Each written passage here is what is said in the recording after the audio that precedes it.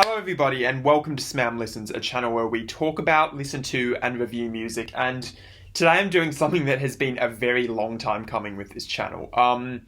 Over all of the videos that I've done on this channel, I keep telling you guys, leave comments, leave suggestions for albums for me to listen to so that I can react to them on this channel. And you guys have time and time again done that, but I've been lazy and I sort of haven't, I realized this today, I haven't reacted to an actual suggestion that was given to me in the comments on this channel so far, which, yeah, again, that only occurred to me today. I realized the moment I thought of it, I was like, oh, we need to fix that. So coming up in the next 5 videos, so starting with this video into the 4 that come after that, I'm going to be reacting to 5 albums that have been the most requested for me to listen to on this channel. So clearing up a backlog of albums that you guys say I would really like, that you guys want to, see me react to, deliver commentary on.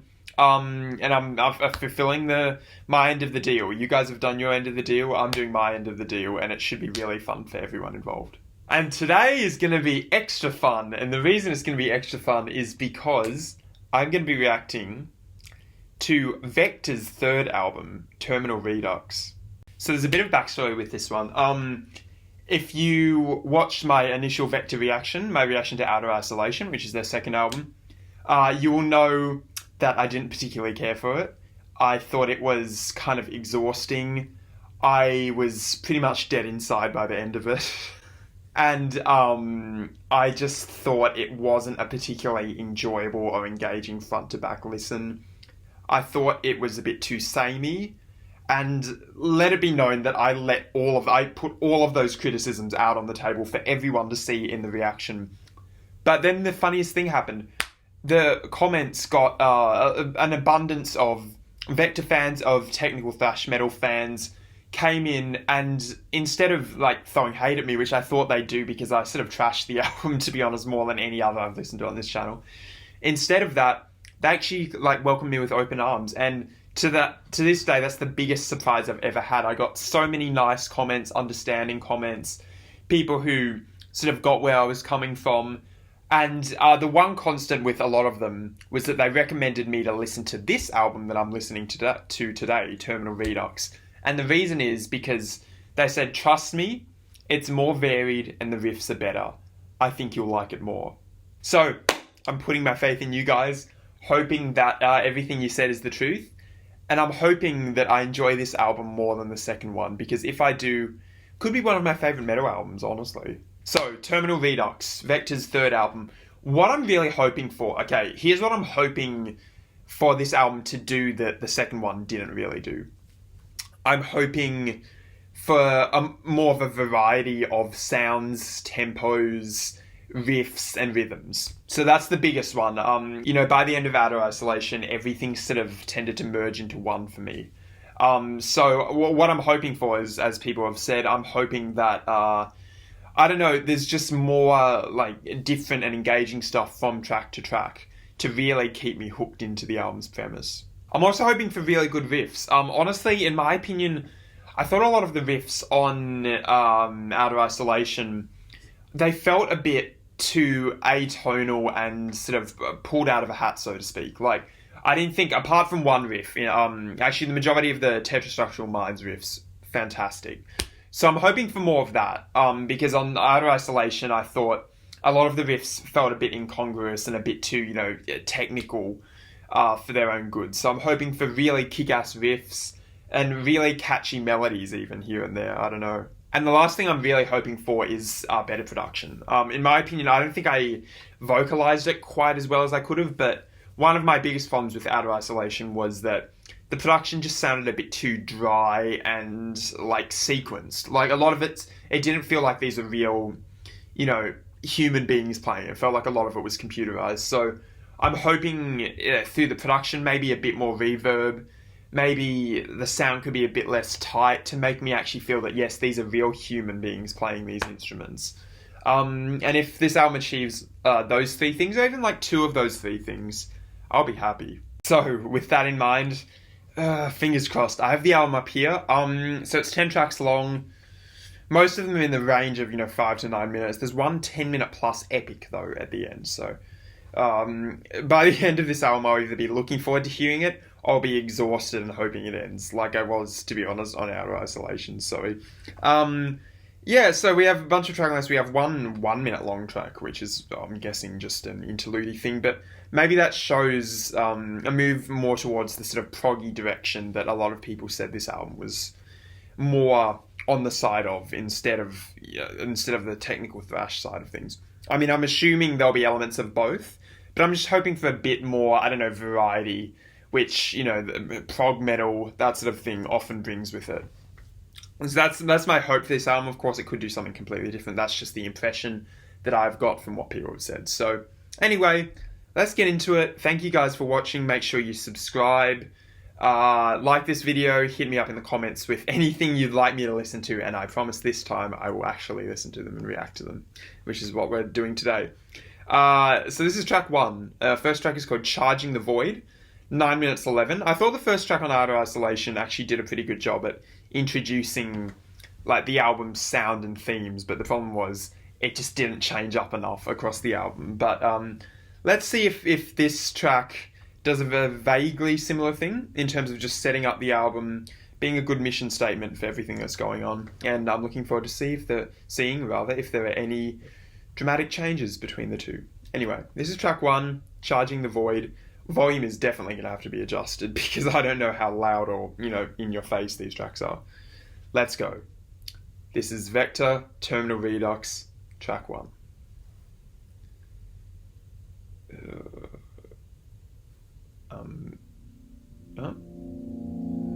Okay, I'm going to put that as the volume for now. Don't jump scare me. It's your warning.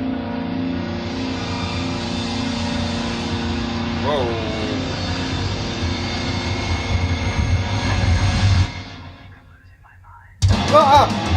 I'm losing my mind. Oh, okay, that's a cool intro. Okay, I dig that.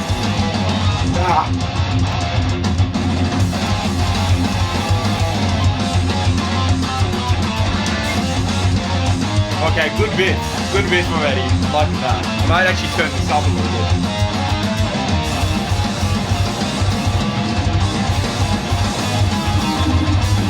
Oh my god, pour one out for this drummer again. I feel so sorry for him.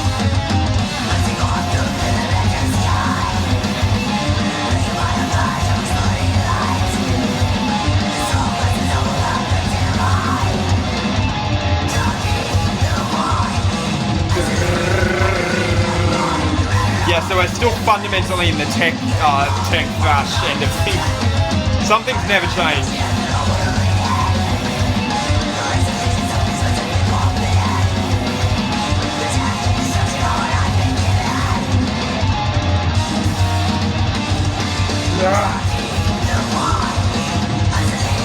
I still can't make out anything he's singing, which is the problem.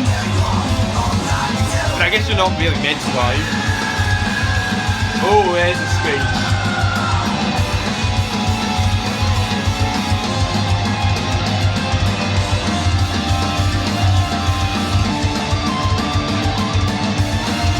I'm actually liking this already more. There's some more interesting stuff going on.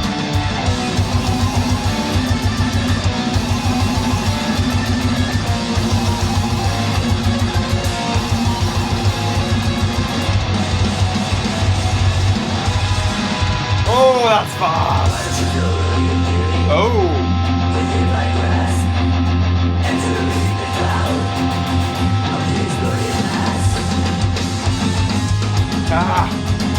That was a nice little section there. I almost wish it went on longer. Could have been a cool build-up.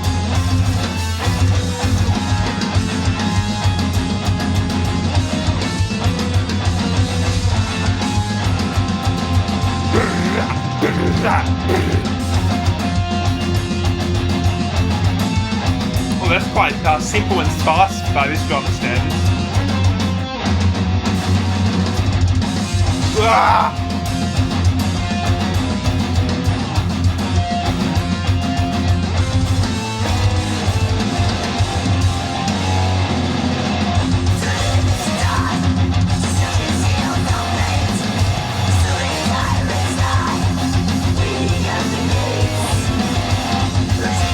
This is a bit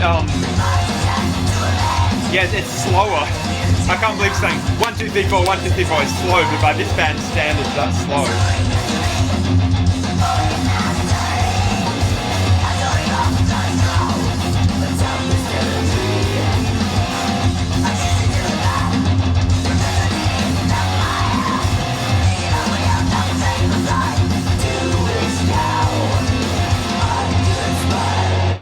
Okay, so 3 minutes in, I am actually liking this a bit more, like, touch wood. I'm liking this already a bit more than Out of Isolation. I won't totally spill the beans until the end of the track, but I don't know, I'm just liking these riffs more. They feel better written. I'm just liking them more. I don't know what it is. I think they make more sense. They're more minimal and they sort of work more just to my ear. I don't know what it is, again. I'm just liking the riffs more and I'm liking the drum patterns. Even liking the vocals more too. I don't know, we'll see how that progresses over the track.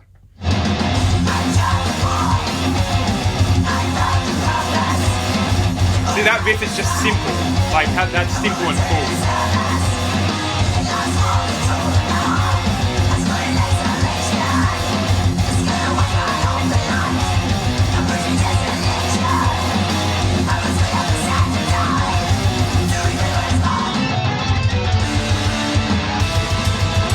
Whoa, oh my god.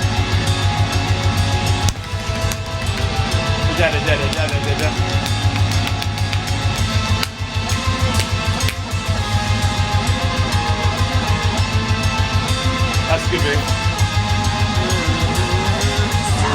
Oh.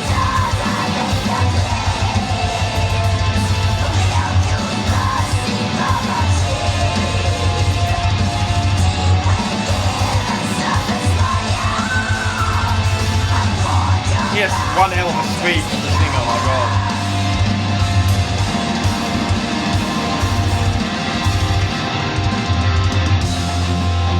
Oh, okay, here we go.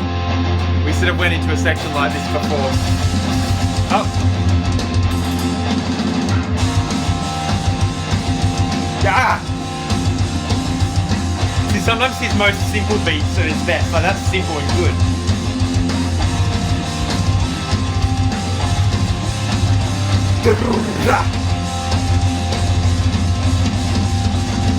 Well, there's the polygon for you.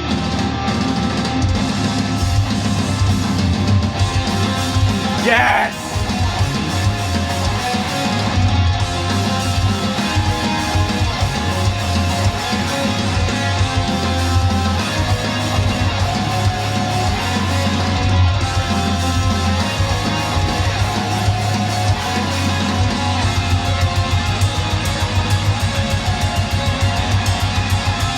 I like how this second half has like a more sort of intimidating and slow, well not slow, but sludgy feel, I think is what I'm looking for.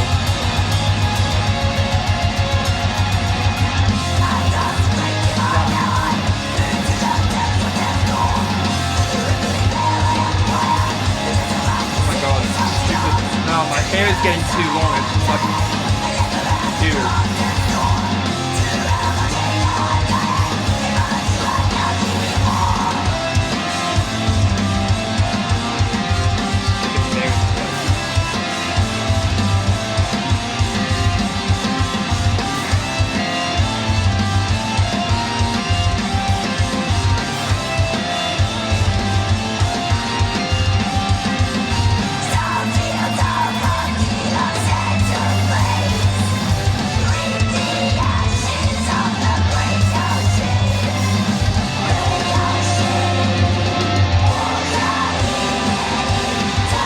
Sounds like synth harmonies or something there, that's kind of cool. Oh. Oh, I like that. Whatever's happening in the background there is very neat. Like some backing vocal or synth or something.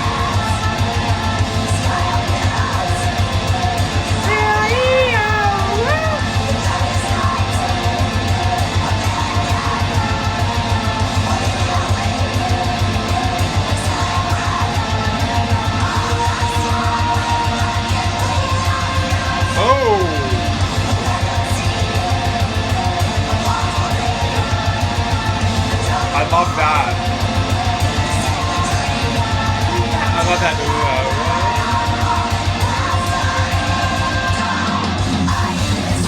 Oh, it's gone. Oh, that should have kept. I wish that just kept like going and like building and building until the end of the track. That was a great little bit there.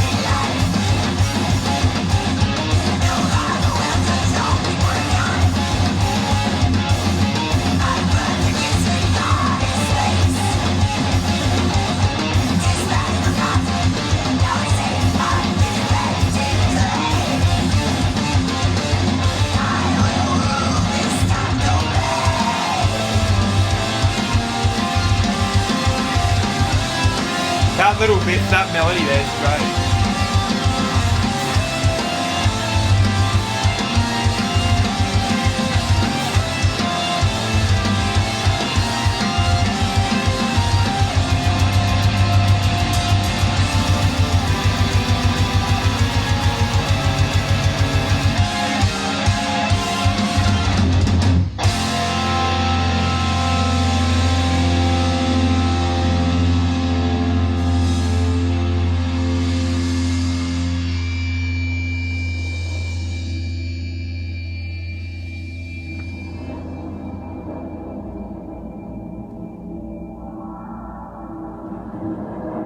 Oh, we're leading into the next track. I feel like the next track's going to start with a jump scare. That sounded like it was building something there. Better than almost anything on Outer Isolation. Except for maybe Tetrastructural Minds. Better than almost anything on Outer Isolation. Better than the first track on Outer Isolation. Better than certainly anything that's of an equivalent length on Outer Isolation. It had some of the problems that Outer Isolation had, but it fixed so many others.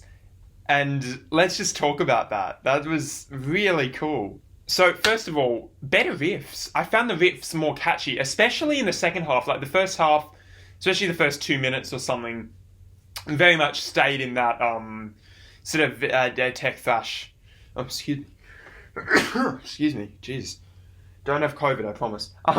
Yeah, no. So that first half, a lot of it stayed very much in the tech thrash, mode of things with some very strange, almost like modal guitar riffs that were good, but they weren't particularly like catchy, I wouldn't say, or they didn't stick in your mind as much as some of the others did. But then around the second half of the track, something really magical happened. We got a lot of slower and sludgier sort of riffs, which I like more simple sort of power chord chugging riffs, which I think every time they popped up, they were pretty fantastic. We had some guitarists at the end there and sort of in the middle there too, that I liked how they had this sort of Cygnus, but it was the same like 2-chord sequence that repeated over and over. I thought that was really good. It impressed itself into my mind extremely well, and it didn't prove as forgettable as, to be honest, a lot of the Outer Isolation riffs do for me. So, and I guess a lot of the riffs that showed up were really clever, much more simple, as I said, than the Outer Isolation riffs. Like, it wasn't just like up and down the fretboard.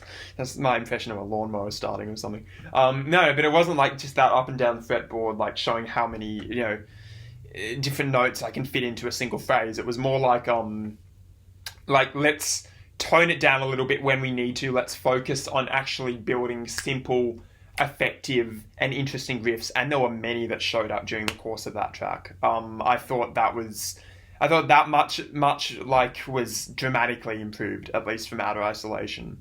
And I can definitely sense the more proggy feel too of that. Like the changes in that, a lot of them brought the track into new and interesting sort of worlds that nothing on Outer Isolation really experimented with. Particularly, as I said, in the second half of that, there was what sounded like for about a minute or two there, which is a long period of time for something to like repeat for this band because they change up so much.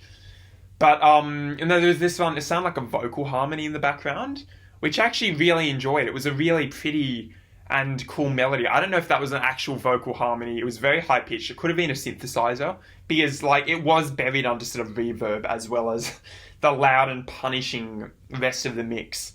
But whatever it was kind of angelic and neat. And I liked that because it provided a really cool counterpoint Firstly, to like the unbridled rawness and aggression of the rest of it, and secondly, it sort of, I don't know, worked with the drums and the guitar to really elevate things. Like you saw with me while I was listening to that, I barely moved because I was sort of entranced by that in a way. It felt like, I don't know, when the drums were sort of doing that like ultra fast sort of thing over it, while that harmony was in the background, there was a moment there where the tracks just sort of turned really cloudy and angelic, like you were soaring through space, which I think is something that the second album rather, never really attempted, in my opinion. I don't think it ever really quite accessed that same level of transcendence, except for maybe the second half of Tetrasexual Minds, but even then that was more of a, track just really anchored by that really kick-ass riff. But there was a moment there, where it just really elevated things, like into a new sphere. I'm using a lot of very flowery language, but, sometimes with music like this is the only way to do it, and I think you get what I mean. That was a really cool part of the track. I mean, some of the same things still remain. Like, first of all, as much as, a lot of the individual parts of that are cool, I'm, as you know, a big stickler for, take sort of one idea and repeat it as much as you can before it gets totally overdone. And to that end, that didn't really feel like... So, which is the same sort of problem that a lot of the Outer Isolation tracks had. Didn't really feel like a cohesive whole as much as it did, like a series of little thrash vignettes. But the good news is most of those vignettes were really good. So that would have been, problematic if the vignettes didn't really work for me, like a lot of them didn't. Let's just keep crapping on Outer Isolation. A lot of them didn't work on that album for me, but on that track, a lot of them did, so I can sort of excuse that, but, some more cohesiveness would always be nice on an album like this. Also, too, the production didn't really change. I mean, maybe it sounded a little bit more full-bodied, but in the scheme of things, it wasn't really a dramatic change. And I don't know, one thing with Vector, I would just like a more sort of raw and roomy sound, because everything does sound very, tight and sort of artificial, which is just... an inevitability with the way it's produced. And that doesn't mean the music's bad. That's just something that I think could be changed to make things more enjoyable. But overall, I liked that.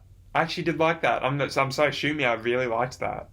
So I'm looking forward to continuing this journey, getting into the next track, which is called Cygnus Terminal, which reminds me of the Mars Volta song, Cygnus Visma Cygnus, which is one of my favourite songs of all time. Hopefully this song will be equally as good. I think, excuse me, that'd be quite a high bar to pass though. So let's see if it pulls it off, or if it's at least as good as track 1. It's 8 minutes long, so on the longer side.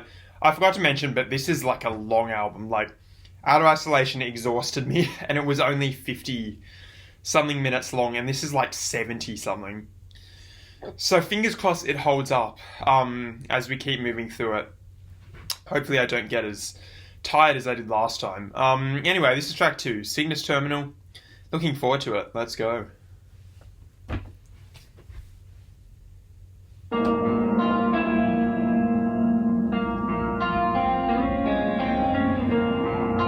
Oh, I like that riff. I like that riff a lot, actually. Ooh, that's sparse. That's a very sparse and eerie start for this album. I mean, I know it's not going to stay that way, but for now it's almost ISIS-like.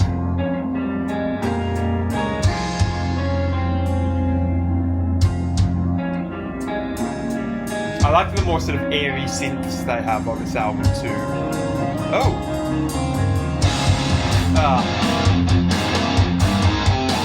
Wow, that's simple and cool.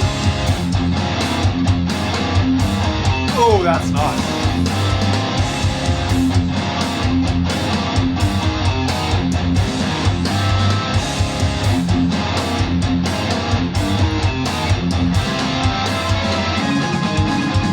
I like how slow that is.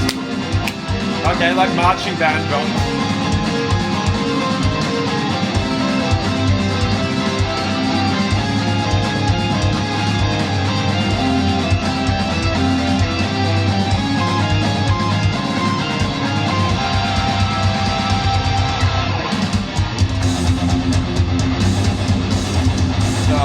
This is a good build. I like where this is going.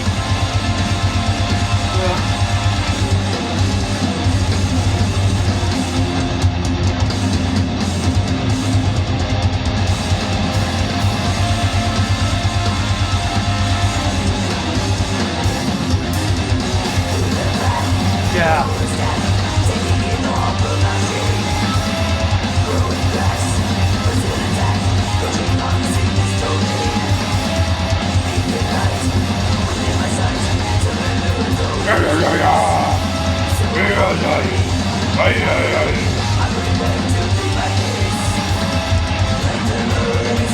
I still think melodic vocals would have been interesting over this, but obviously that wouldn't be very fashion. So, you know, what can you do?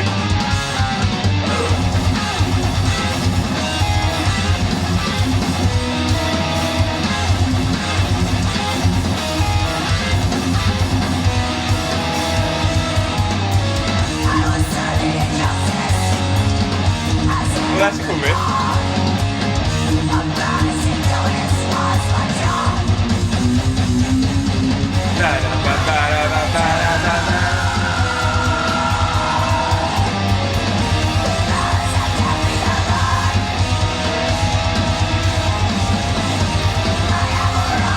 I do want it to kind of sort of push somewhere more interesting though.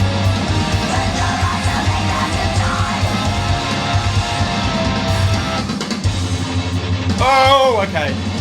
Just as I say that, here we go. Ah.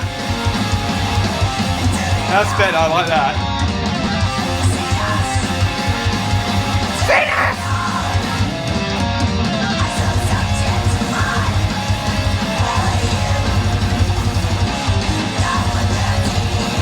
Yeah, this is cool. Cygnus! Terminal!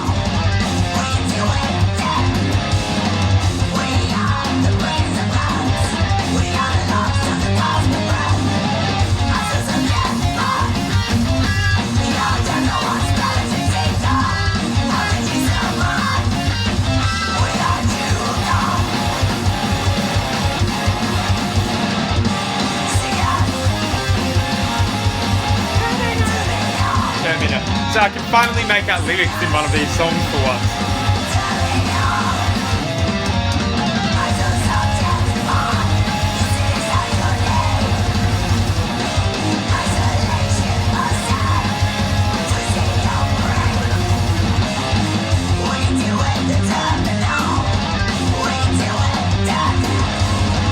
I like the vocals in this track actually. The vocals are really cool and stuff.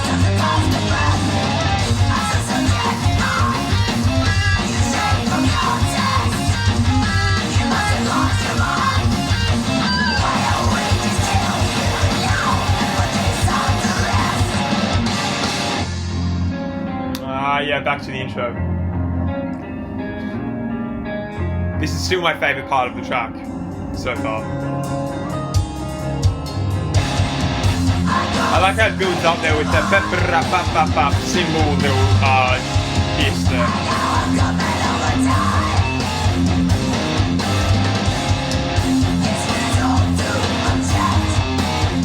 Yeah, this and the really fast breakbeat section. Breakdown. So whoa! I like that polyrhythm. Yeah, this and the really fast breakdown section are the best of the track.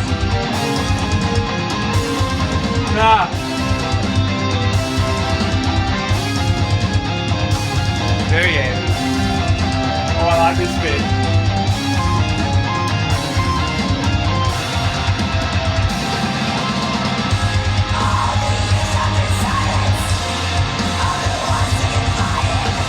Oh, I like this bit. I like the vocal phrasing too.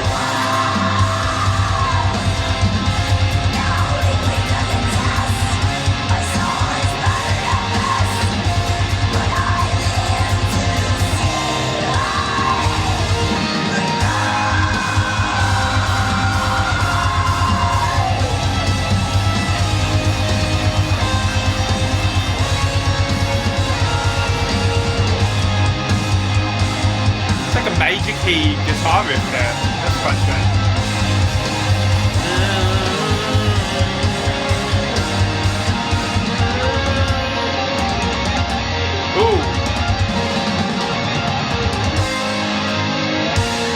quite triumphant guitar riffs here.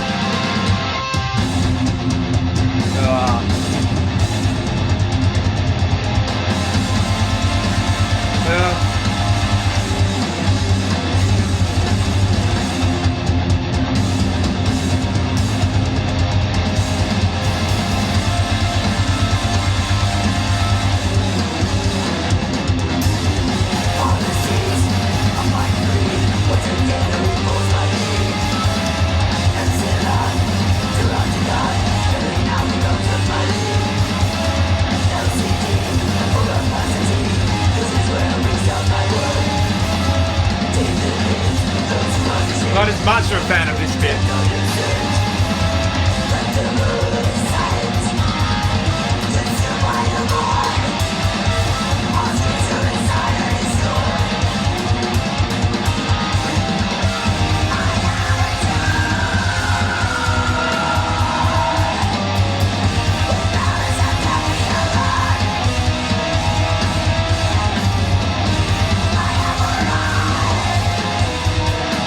I like how it's sort of in this 6/8 feel.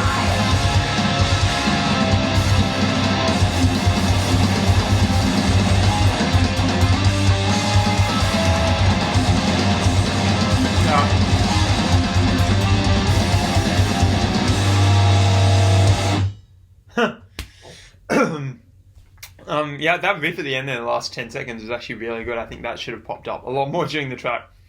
Yeah, 6/8 towards the end there, I think in particular, which is or at least it was a polyrhythm sort of 6/8. I mean, it's so hard to tell with the different feels in that. But yeah, this is the metal equivalent of a waltz, guys. Basically the same energy.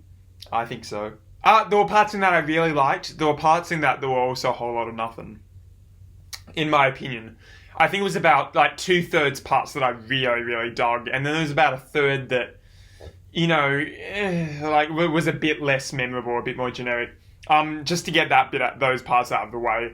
I think it was a similar sort of deal with the first track, in that in this sort of region, like the second quarter of the track, like from about 2 to 4 minutes, there was sort of a whole lot of nothing going on, to be honest. In my opinion, I think it was just pretty generic drum beats, riffs, breakdowns, fairly predictable tempo. There wasn't much going on there, in my opinion. I think that sort of has proved like a dead zone in terms of like track lengths on this album so far.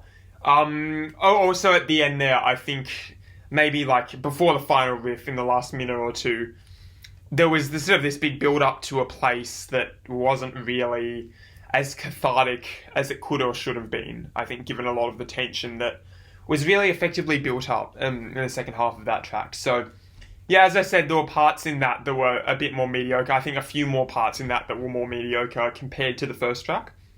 But there were also some parts that were really good. And let's talk about those. I mean, the guitar riff in the intro, and also I think popped up in the second half, really fantastic.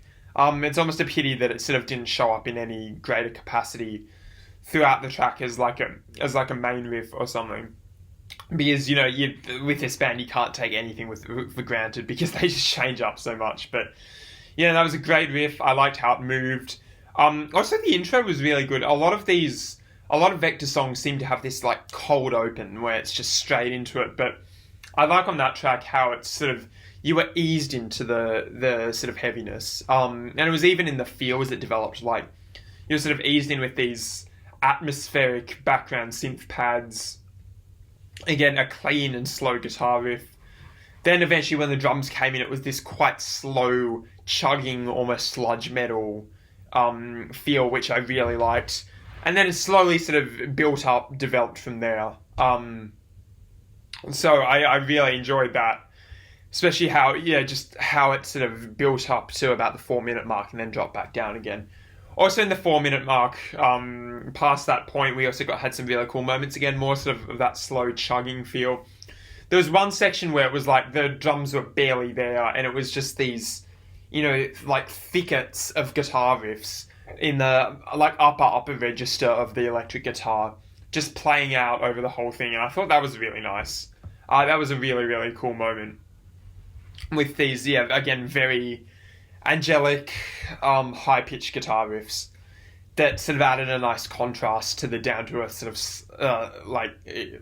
sludgy and chugging nature of a lot of the rest of the track. I think that characterizes that track in general, to be honest. That was even though there were so many like fast, breakdown moments, there was a lot in that felt quite slow compared to the first track and compared to a lot of VEKTOR tracks. Comparatively, that did feel sort of laid back in the scheme of VEKTOR, which is saying something for how manic and hyperactive this band are generally. But on the whole, I liked that. I didn't detract from the album so far at all. I just think it didn't really match the high set by the first track, but very few songs would. I actually liked some of the vocal, it's remiss to say vocal melody. I also liked some of the vocal moments in that track. I could make out some of the lyrics for once, which is rare for this band. And, while it sort of, again, the vocals weren't particularly melodic or anything, obviously, it's just sort of a screech. But I don't know, some of the rhythmic phrasings of the vocals were quite interesting. They had quite a punch to them that sort of accentuated what the music was doing. I have no complaints about the vocals. And overall, that was pretty good. Not amazing, not terrible, still pretty exciting. Like, I enjoyed that a fair bit. So we're going to move on to track 3, which is called LCD, Liquid Crystal Disease. Another reference to one of my favourite, LCD Sound System, one of my favourite bands. So we had Cygnus referencing one of my favourite songs. We have this referencing one of my favourite bands. It's 7 minutes 33 long, so hopefully it lives up to the sort of the references it springs to mind. And it's a bit on the shorter side in the scheme of this album, so let's hope it's really good. Let's hope it sort of packs a punch and sort of sounds a bit different to the previous 2 tracks. Let's go. This is track 3.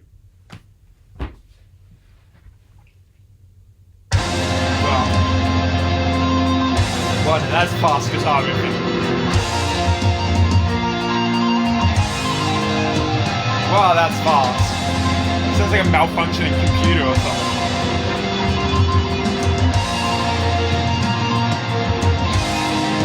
Cool drum working.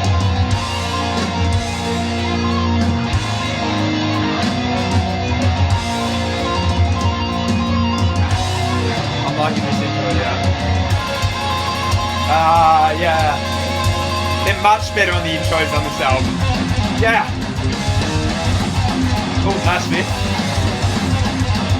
Simple, catchy, effective.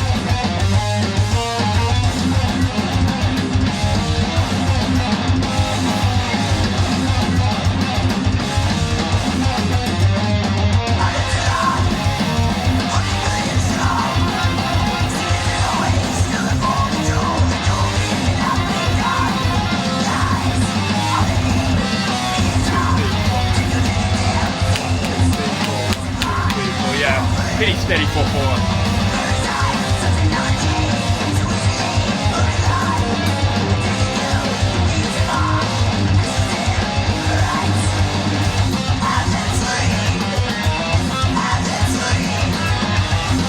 Yeah, this is pretty cool so far.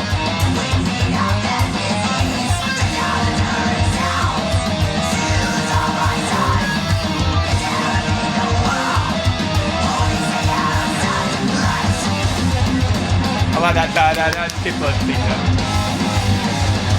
That's a cool bit. That's actually a really good bit.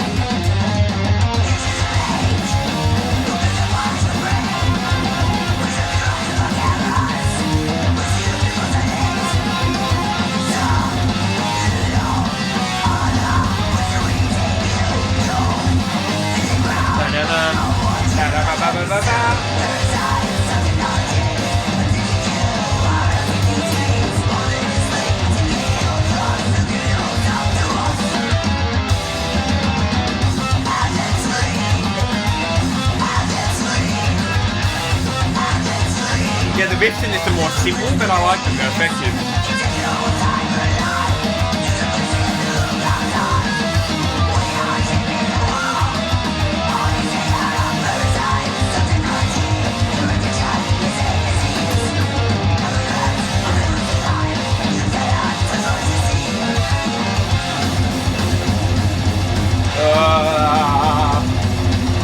Like the move to the hi-hat.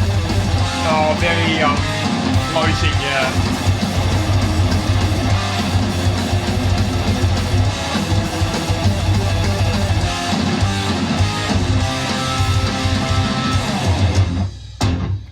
Whoa! Oh shit, okay. Oh, that's cool. Ah! What the fuck? Stupid chair. Oh, that's cool. Whoa, there's a breakdown for you. Oh my god, that's exhilarating.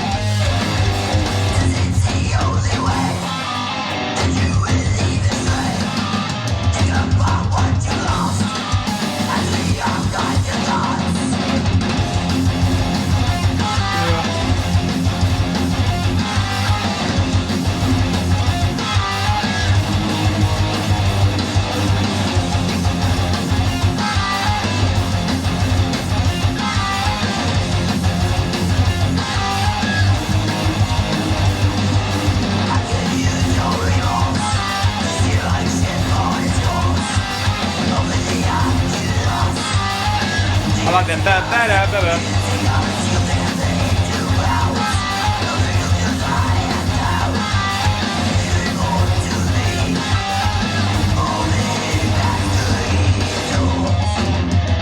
Oh yeah, I love this. The stabs in the guitar, or the bass, I mean.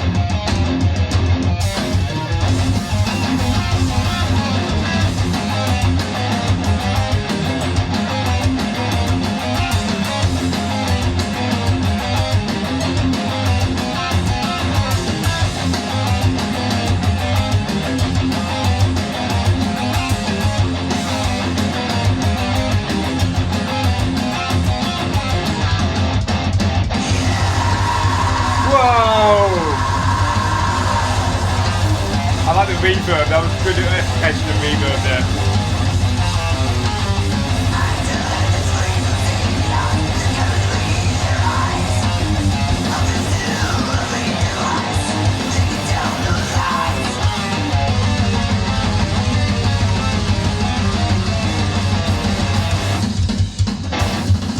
Whoa, solo! Oh, that was cool.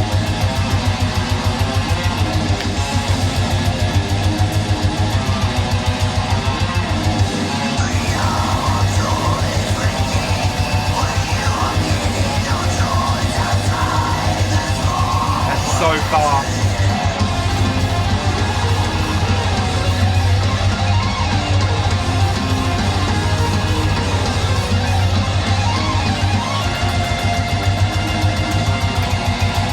I can't even drum that fast. Ba ba ba ba ba ba ba ba ba. Maybe daily.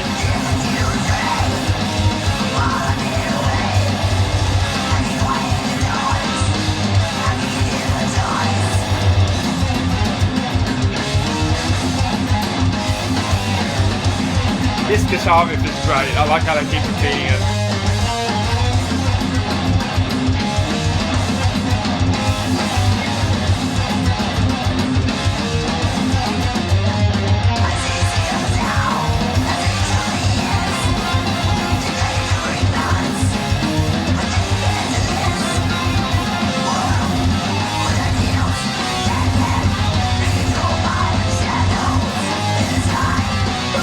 Vocal phasing, his vocal phasing has gotten better on this album. The vocals aren't as incongruous.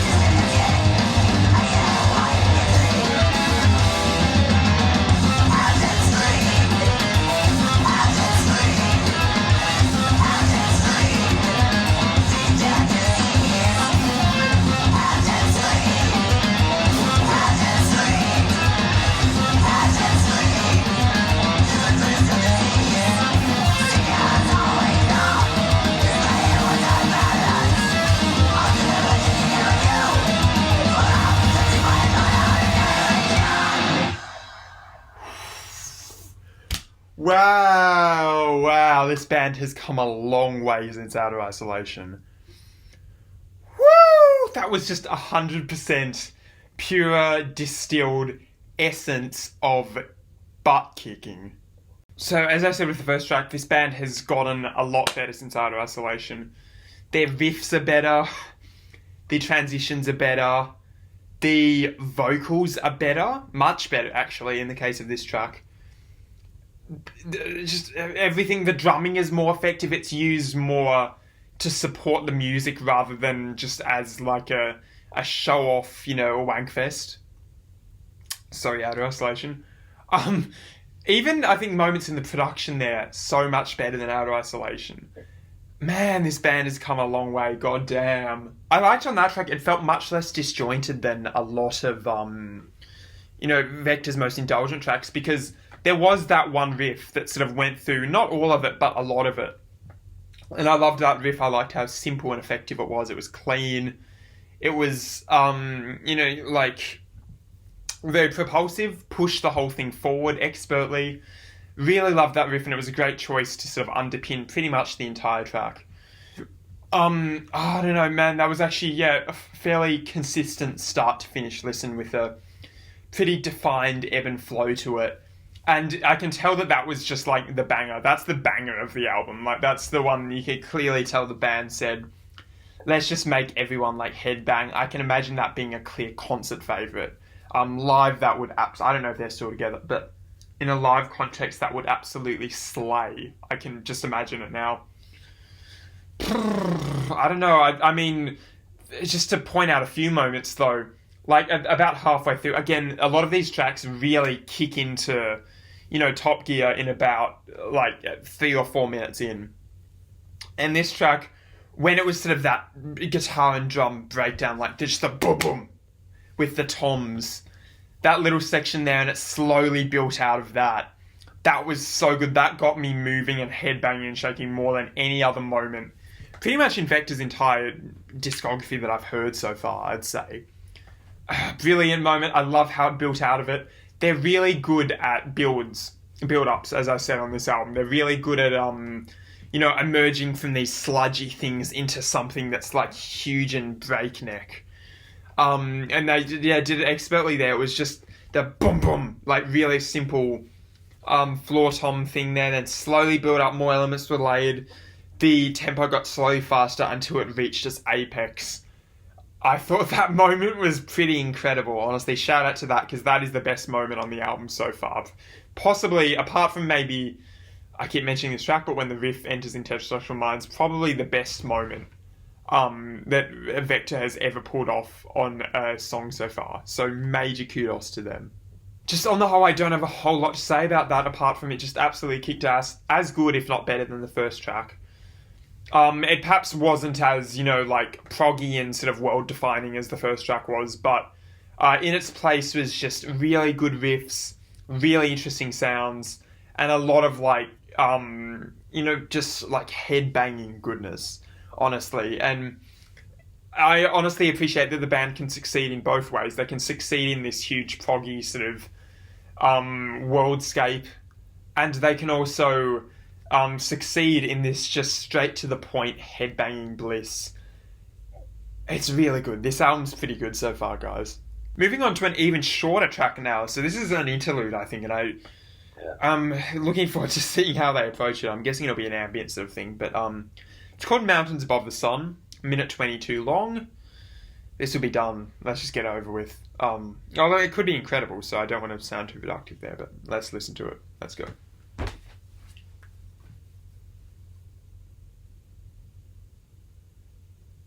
Please don't jumps.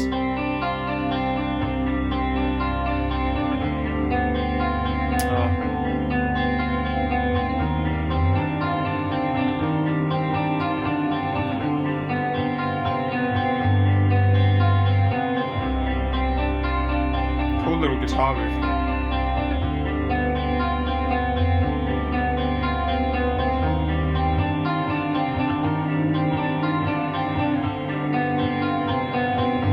Nice bass work too. It's the first time the bass has really stuck out.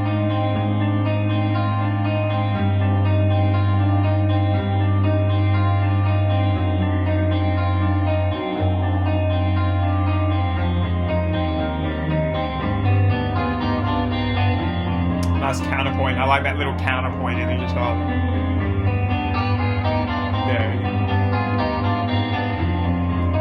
one guitarist, right? Am I wrong there? Tell me if I'm wrong there, but I remember reading that we had one. Oh. Whoa! Oh my god, I did not see that coming.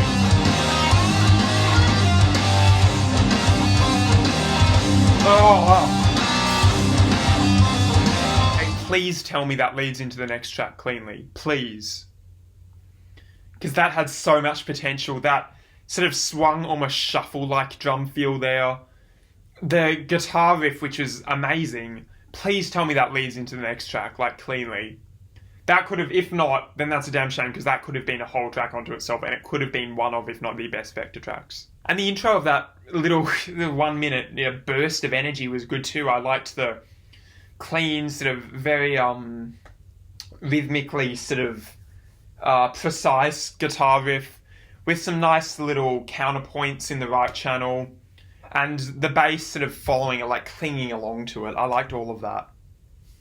Honestly, that could have been a full track. Why did they not make that a full track? Oh my god, I'm disappointed. I've never been more disappointed at the potential of a little 1 minute interlude. But I might be completely wrong, because it might lead into the next track, and I'm not going to do it with any more commentary, because if it does, I'm going to be over the moon. Please, or at least just be as good, please. This is track 5. It's on the shorter side, 5 minutes. It's Ultimate Artificer. Is that a word? I don't think that's a word. Ultimate Artificer. Let's hope they break down the artifice that it could be setting up in favour of the previous track. That was not smooth at all. Let's go. This is track 5. Please. Don't jump scare me either. Yeah. Whoa!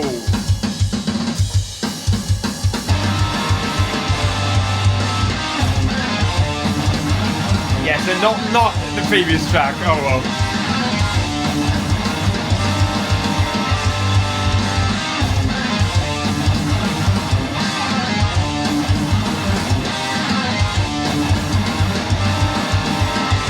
Time singing stuff.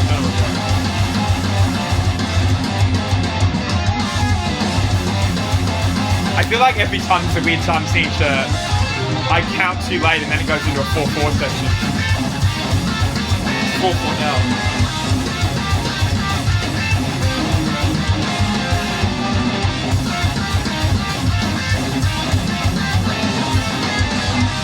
That's kind of nice.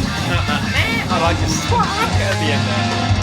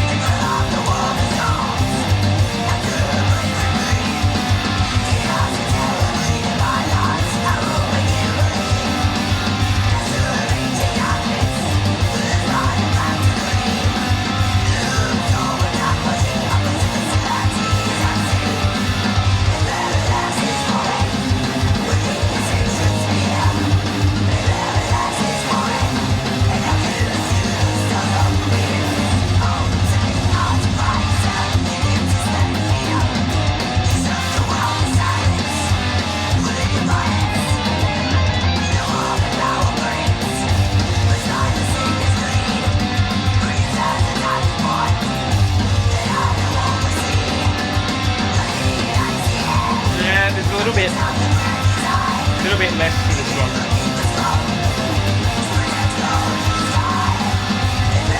Pretty well constructed riff there.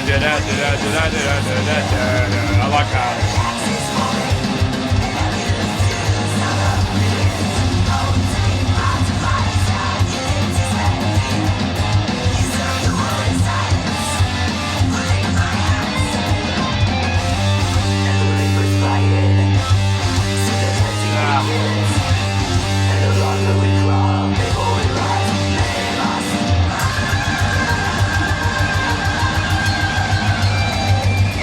He's been screeching a lot lately.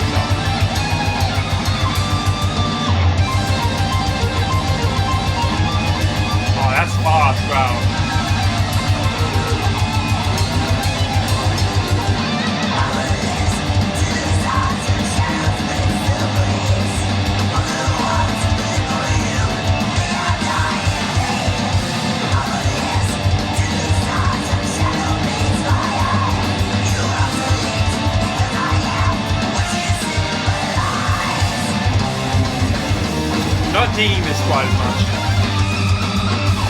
I don't know why. I think the riffs are just more nondescript.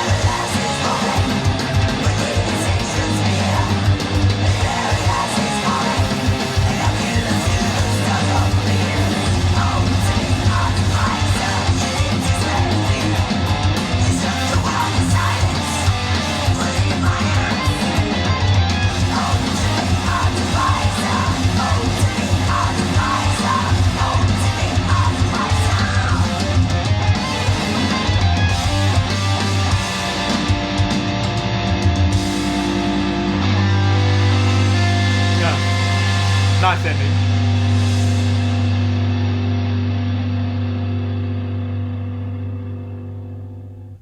Funny, that went in like a lion and out like a puppy dog. At the end there, that was very soft and delicate in its ending there. Yeah, I don't know, that was the first one so far that's felt like a bit of a dud, to be honest, for me. Just in my, again, all of these, purely my opinion, I'm wrong and fuck me.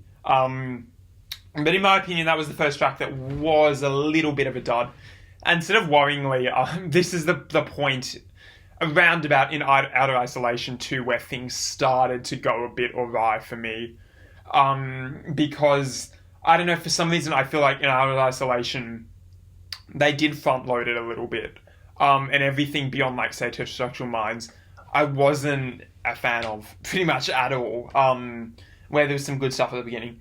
I mean, it wasn't a total, it wasn't, obviously, it was actually not messy. It didn't have a lot of the flaws a lot of, you know, of the worst Vector tracks do, but I don't know, I just felt a bit boilerplate by their standards, I think by thrash standards. You know, it had a riff, it was actually very repetitive. It went through pretty much the entire thing, and I'd say structurally, that was probably the least adventurous of maybe any Vector song I've ever heard, at least of a decent length, like 5 minutes plus, which is interesting because, you know, that's sort of one of the main critiques I have of Vectors. They need to just tone it down a little bit, you know, like know when they have something good and sort of repeat it a bit, but I don't know, for me that riff just wasn't that amazing. There was a noticeable refrain there, wasn't that great. There weren't sort of many huge amazing big moments in that, to be honest. It also felt, I think, a little bit redundant coming after LCD. Excuse me. Yeah, it felt a bit redundant after LCD because LCD was that too. It was like a straight ahead banger. But there was a lot more, there were many more interesting things on the riffage side of you know, the track, and on the performances side, and even in the vocals. There was a lot more going on there. As on that track, I felt as a bit, boilerplate, honestly, to be honest. Yeah, so riff straight out of the Thrash playbook. There wasn't enough variation. I think there could have been a little bit more variation for me. Just in terms of, like, I don't know. Normally you don't need variation, but because I don't think that riff was God's gift to Earth or anything, I think that could have used a bit of a change up here and there. But, so that's that. Yeah, I wasn't huge on that track, to be honest. And again, I'm sort of worried because, yeah, this is where my opinion on Outer Isolation started to sour a little bit. So, I know, fingers crossed it doesn't do that too. So moving into the second half, we're past the halfway point, and already this album is better than Outer Isolation. Hopefully it keeps that sort of string of success up, string of quality up that track 5 didn't really hit, in my opinion. Track 6 is called Pteropticon, with like the pterodactyl sort of thing. Pteropticon. 6 minutes long on the dot. Panopticon is the name of that ISIS album. So see, we're getting callbacks left, right, and center to some of my favorite bands, artists, etc. I hope this is a good track. I hope it's better than Ultimate Artificer. Does different things. A little bit longer, so maybe there's more room to breathe. I don't know. We'll see. This is track 6, Pteropticon.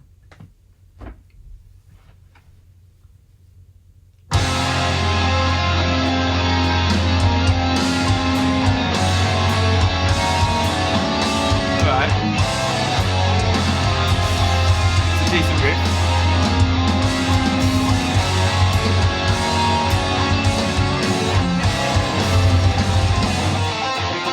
Oh, here we go.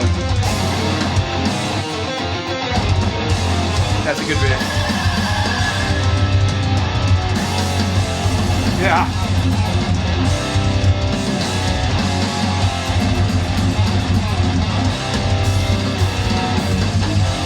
Oh, they put in these triplet little things here and there, which are great.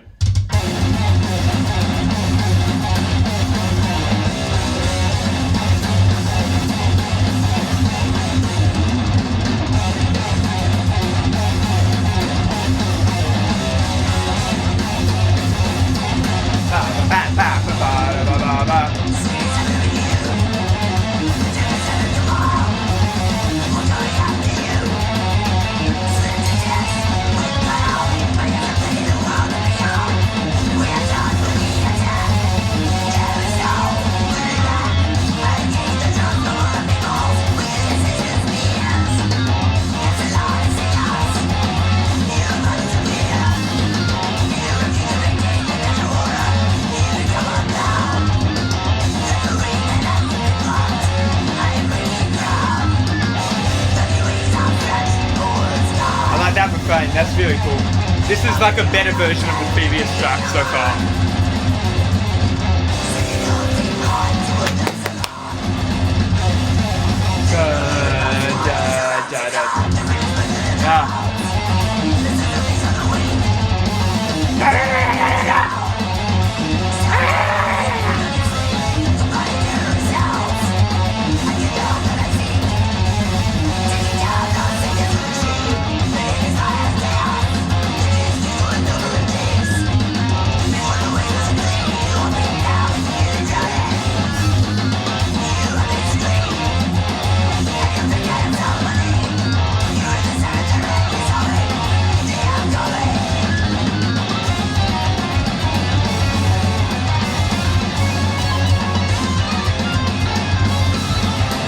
Good solo, I like that. That's cool. That's cool.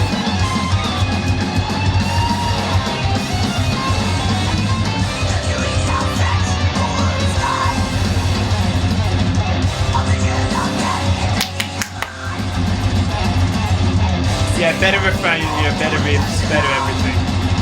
I like it.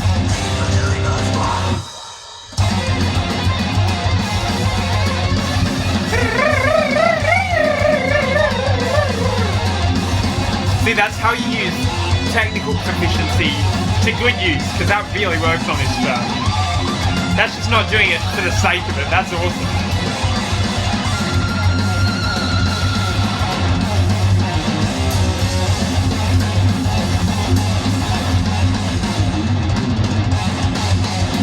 Bam, bam, bam, bam, bam. I like the sort of rough, unhinged nature of that riff. It's pretty nice.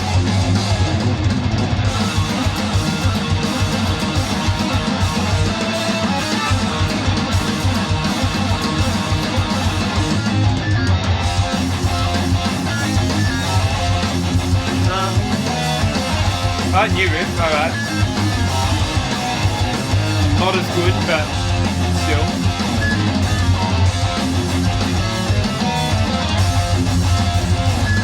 I like the call and response, right channel chugging power chords, left channel like snaking guitar line.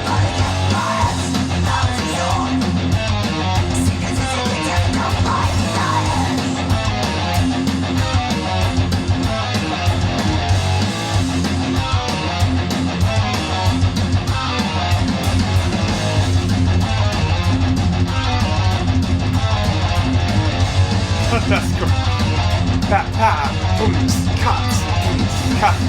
Very fast double kick there.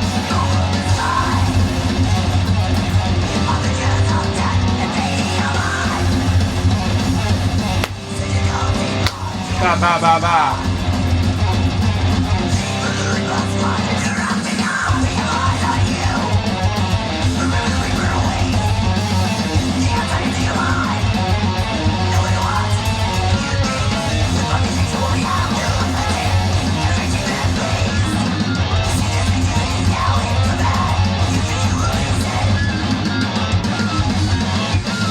Oh, that's cool.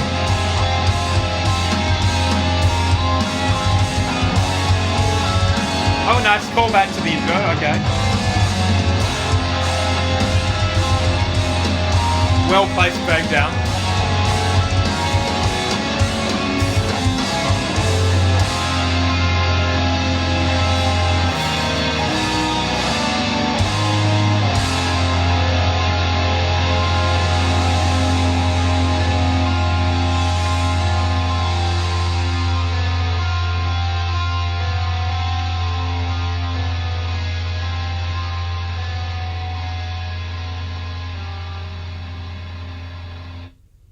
Oh, they didn't resolve that riff at the end. She go, no, but it didn't.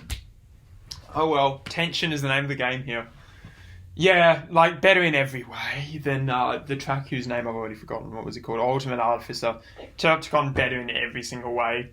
It was sort of a vaguely similar track, but it was just better written, better riffs. The riff that underpinned the majority of it, so much better than the riff that underpinned the majority of Artificer.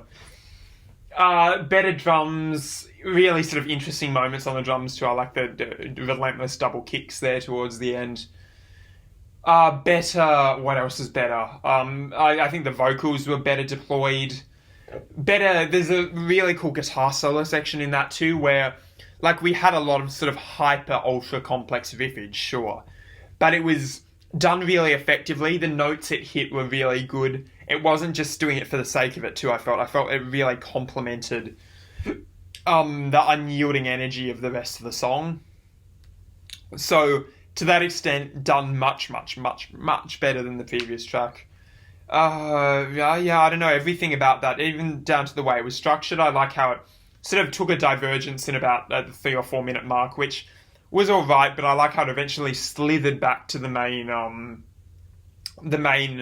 sort of refrain, without you even knowing it was happening. It was a really subtle change there, so I liked that.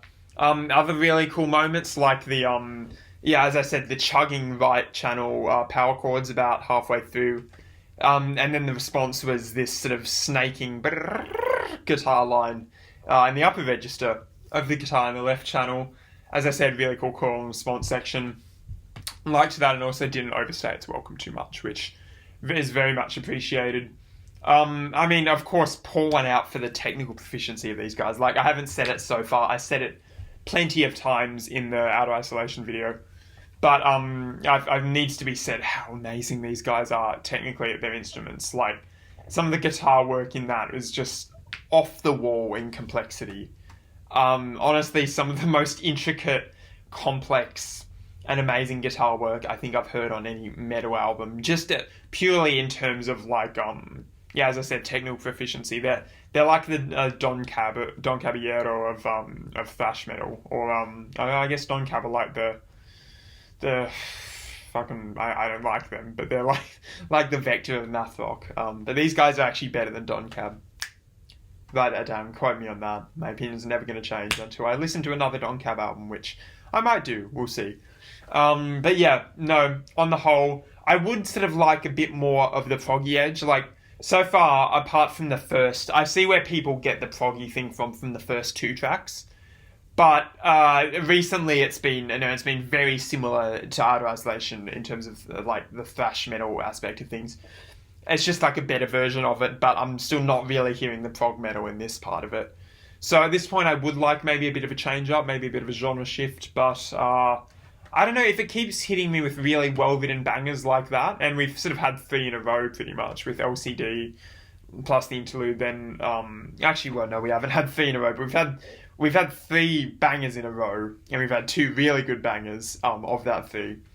And if it just keeps hitting me with really good bangers, then I'm okay with it. I can live with that. So, I don't know. We'll see. Let's see if track 7 does that for me. It's called Psychotropia. Psychotropia. That's hard to pronounce track titles, these guys. 7 minutes 39 long. It's weird. Track 5, 5 minutes long. Track 6, 6 minutes long. Track 7, 7 minutes long. Coincidence? I think not. Yeah, so this is track 7. I'm thinking the longer it gets, the more likely it is to be a bit foggy and experimental. So let's see if that comes true. This is Psychotropia, track 7.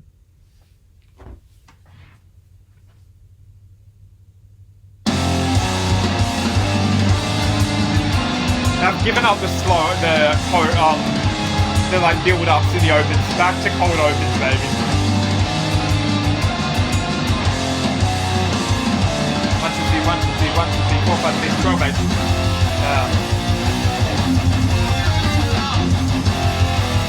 That's kind of neat, bit. I like that change between the tiplet feel and the sort of more straight feel. That was cool.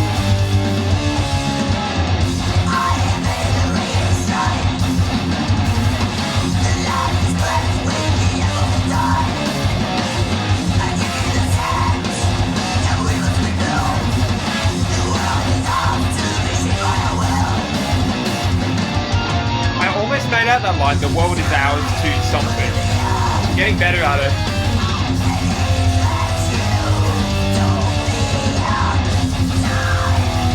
Pretty cool how the slow riffage contrasts with the ultra fast break beats. That's cool. Blast beats, not break beats. I keep using break beat terminology because I've been listening to a lot of it.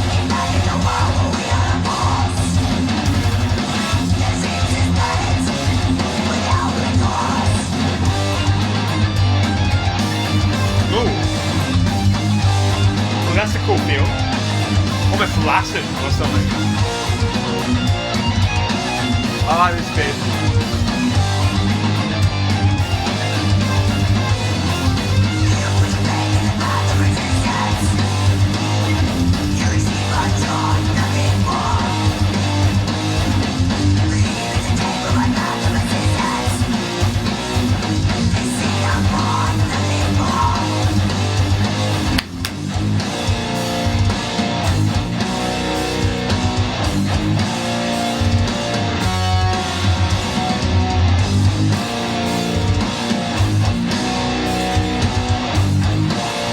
Lots of different pulses and rhythms in this track.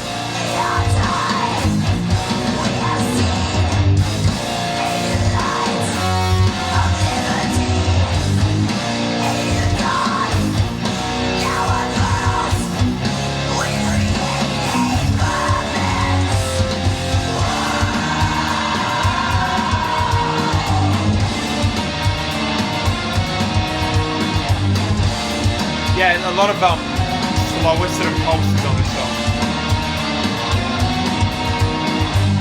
That's very Latin. I almost get Latin influences on here. That's like a St. Thomas sort of.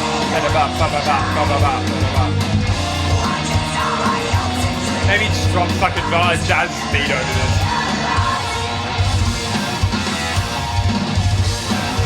Oh, okay, faster.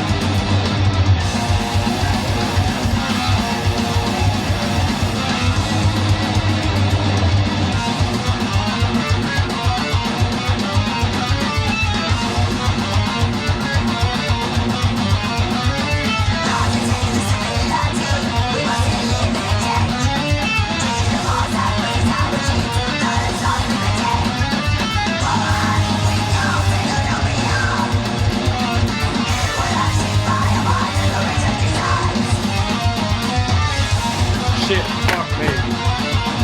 That didn't work. Oh, we're speeding up?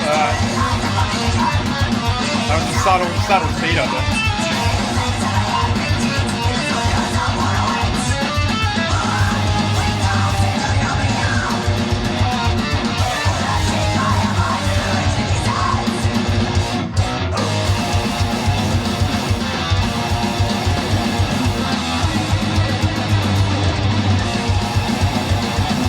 Not really feeling like an overall identity for this track though.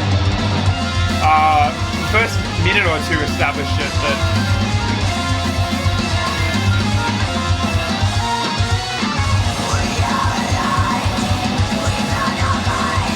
I feel like there's a lot of noise on this one, but not much in the way of like ideas.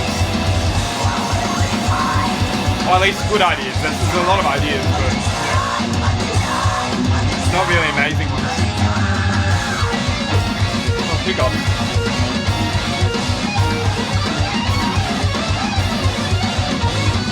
Cool little solo. Oh, bass solo. Oh, that's neat. I like that. Oh, sick. Call and response.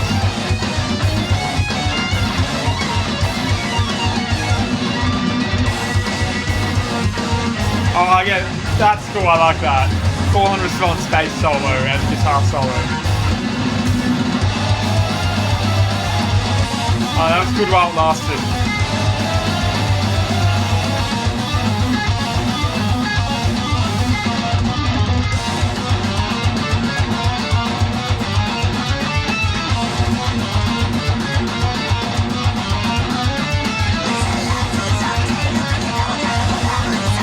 Oh, very fast.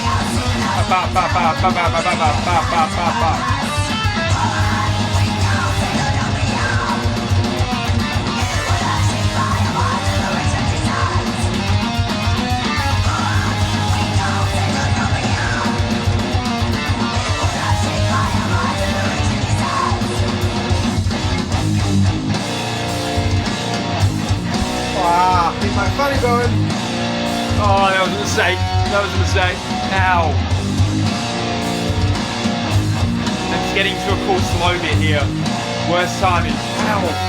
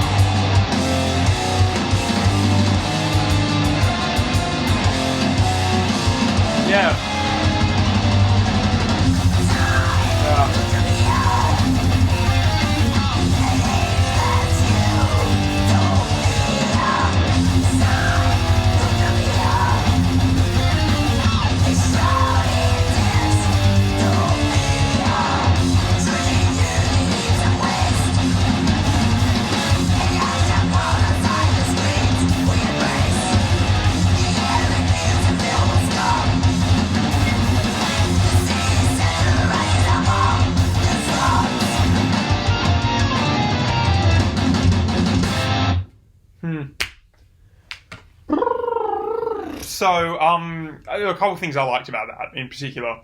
First of all, I liked the little bits where the drummer seemed to engage in some interesting formal experimentation there. You had sort of him like playing with some slower, as I said, almost Latin-inspired cymbal grooves there, which I don't know if they were consciously Latin-inspired, probably not, but that was the general effect they had, and that was the way it came off to me, and I liked those little bits quite a bit, actually. I thought it added some nice, interesting contrast to the rest of the, the grooves on this thing. So that was a really neat little, there were a couple neat little moments there like that. I also liked, there was that really cool section a little over halfway through with the guitar solo, bass solo, call and response. That was very cool. That was badass. That's really badass. And I almost wish the album had more sort of fun moments like that. Maybe that's the same with Vector in full stop. Vector full stop, yeah. I wish it had more fun moments like that, generally. But as it stood, I thought that track had a lot of ideas, had a lot to say. However, I think a lot of it didn't really stick that much for me. It sort of had a different problem to Ultimate Artificer for me, in that Ultimate Artificer sort of had one clear idea, and it stuck with it, but I just didn't think that idea was very good. This has lots of ideas. What's it called? It's called again? Psychotropia has lots of ideas, but didn't really express them, I think, in the best way possible. There were some cool little ideas, like I liked how there was sort of bits of experimentation where the guitar would play a slow chugging thing, and then the drums and bass would like play this ultra fast blast beat over it. That was pretty interesting, but the problem is it did that and then just moved on to the next thing, and then the next thing and the next thing.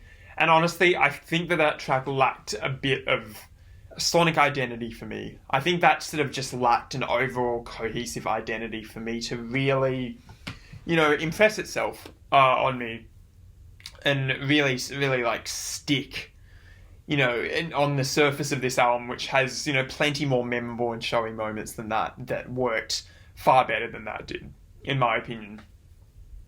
So, not a whole lot to say about that. Again, lots thrown at me. Some really interesting musical ideas put in the mix there. Some of which worked a lot. Again, the call and response bass solo. Call and bass and guitar solo. Top notch. As well as some of the little drum rhythms and grooves put in there. But a lot of them, especially on the sort of guitar riffage end of things, wasn't really as good or interesting, and it didn't really stick with it enough to really have a significant impact. So, that about sums things up. It was fine. Not the worst track. I think Ultimate Artificer was worse, but not mind-blowing by any stretch of the imagination. So moving into the last 3 tracks, it would seem that we're almost at the end, but do not fear that, because there is a lot of music to still go. We're starting off a little bit shorter though, so we have track 8, which is called Pillars of Sand. 5 minutes and 19. Is it going to be another short banger? The tracks, as I said, tracks 3 to 7 have pretty much been in the straight-ahead thrash metal banger territory, with a little bit more experimentation in Psychotropia. But yeah, I guess the shorter it is, generally, the more likely it is to be, straight-ahead banger. So we'll see if that ends up being the case, or if it indulges in some more proggy experimentation. See what it does as we move into the sort of the home stretch of this album. So this is track 8, Pillars of Sand, 5 minutes 19.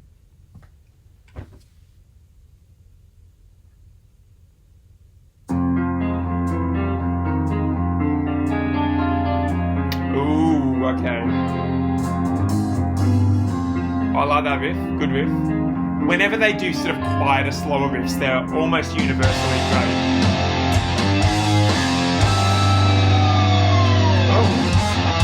Oh, we're back into it, yeah. Back into it, there it is.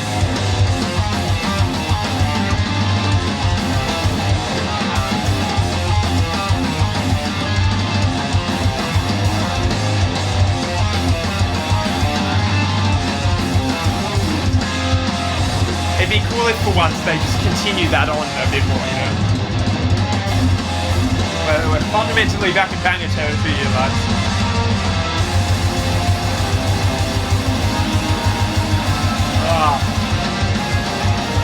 That's huge.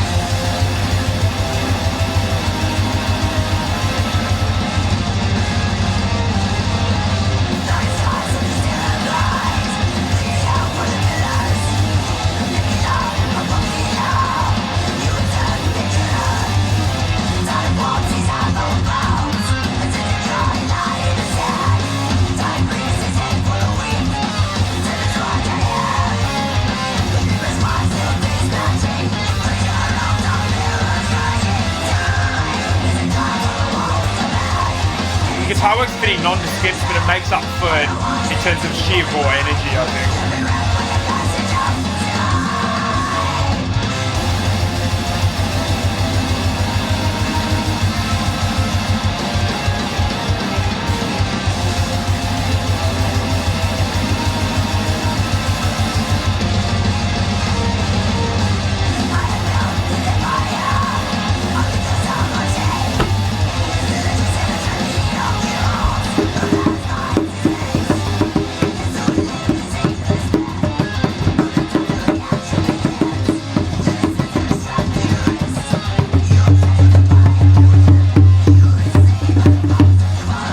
Drum that fast.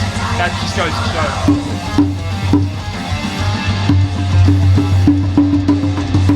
Really.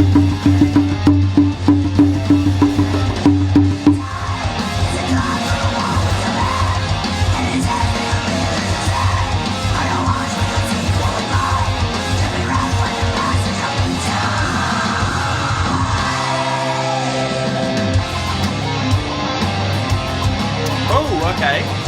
Okay. It's like a shuffle.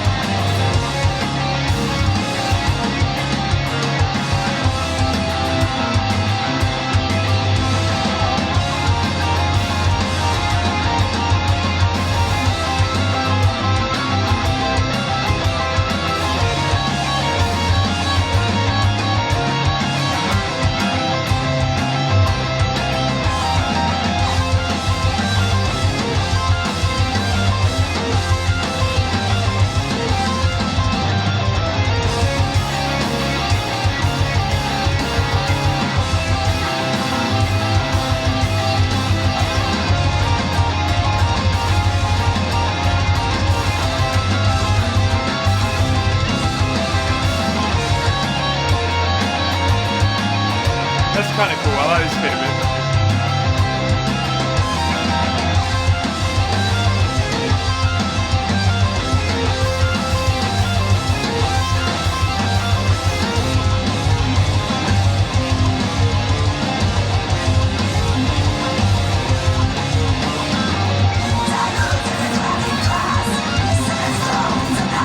Oh, cool hi-hat work.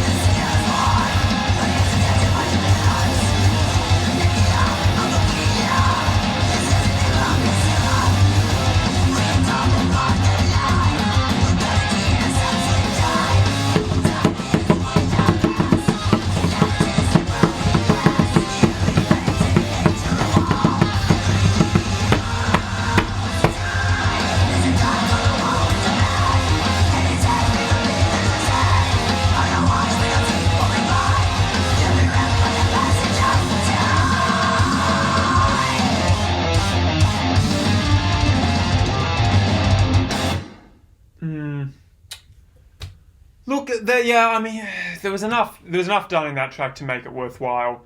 That had a lot more sort of raw, blinding energy to it.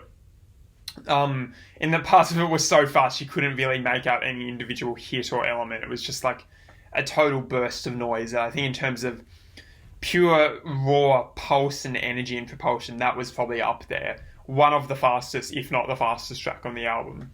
One of the most energetic, if not the most energetic tracks on the album. But I don't know.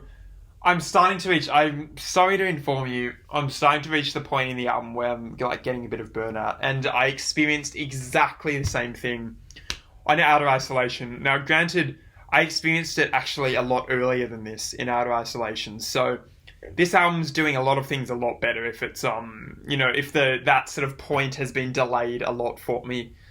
But, I'm starting to reach burnout point where a lot of the riffs are sort of blending into one. A lot of the moments are becoming one sort of, like hodgepodge of just, thrash metal riffage and blast beats, honestly. I'm not saying, like, albums have to be like, oh, you have to have, every track has to sound completely different on an album. But I'm just saying, if you're going to have a lot of tracks sounding vaguely, like, pretty similar like they do on this album, especially from track 3 onwards, if that's what you're going to do, I think you kind of have to have a shorter album, in my opinion. Because, like, I like a lot of these tracks in isolation, but over a 70-plus minute long album, it just gets really tiring. And the problem is, it'd be fine, as I said, if, there was, like, some dramatic changes between tracks, but I'm not really feeling it. Like, I don't know what people... maybe, again, I haven't got to the last 2 tracks, but I don't know really what people were sort of talking about when they said, this album's, like, really sort of progressive. It does all the things you want it to do, because, in my opinion, apart from the first track, I see what you're talking about, maybe the first 2 tracks, but beyond that, it's very similar to the first album. It's just a better version of a lot of the tropes in the first album, but it is still like the first album. But yeah, I'm not really sure what people were talking about. And as I've said, we're getting into 2 really long tracks here, so Collapse and Recharging the Void. Which I'm guessing if they're... Oh, crap. Oops. Accidentally played Cygnus Terminal again. Freudian play, probably. I liked that track a fair bit. Well, what was I saying? Fuck. No, yeah, I was saying, like... So they're on the longer side, these last 2 tracks. So I'll probably think of them more as prog tracks, and they'll probably do a lot more proggy things, I'm guessing. Excuse me, if they're on the longer side of things, but I don't know, I hope for that. I just think if this album really wanted to elevate itself into like GOAT status, it should have really capitalized on that progressive metal sort of like edge some of the tracks, and particularly the first track has or had. But yeah, no, as it stands, I'm getting a little bit burnt out, I'll be honest. Again, not as badly burnt out, like I was catatonic by the end of Out of Isolation. But I was hoping this moment would have happened, but I think it's finally coming a little bit. Okay, so we're going to keep moving through now. I took a little break then, just to hopefully ease off the little burnout a bit and being good form going to the second last track on this album, which is called Collapse. Now, this is a long one. This is actually the longest on the album so far. It's 9 minutes 22 seconds long. So hopefully it's a bit more proggy, like the first track. Hopefully it sort of fulfills that the aesthetic promise that the first track brought about. We'll see if that's the case. This is track 9. Let's go.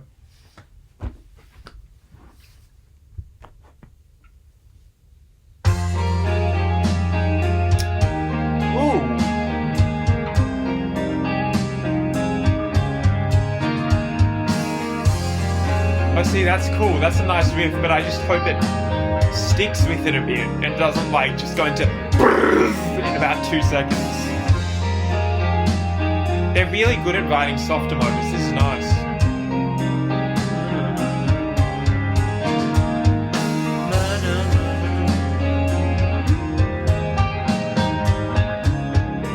This reminds me of, like, Porcupine Tree or something.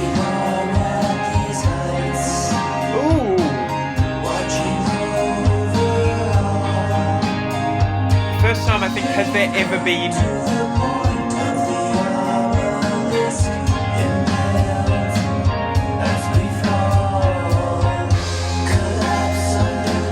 I love this. I know it's not going to last, but I love this. I don't think I've ever heard a clean vocal like that on a VEKTOR track.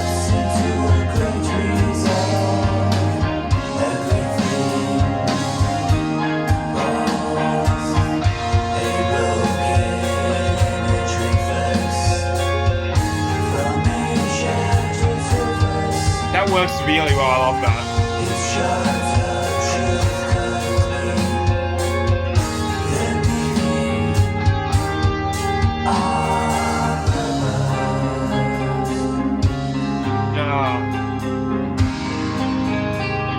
Really nice. They should do softer moments like that more often. They're really good at them.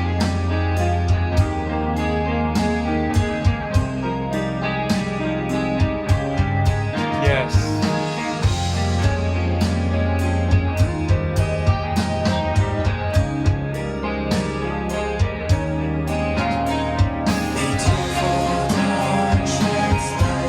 That's a good melody too.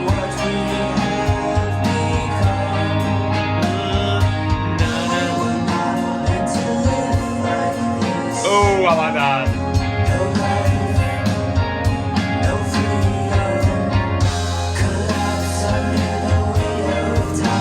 This is beautiful. This is really beautiful. I love this. I needed this.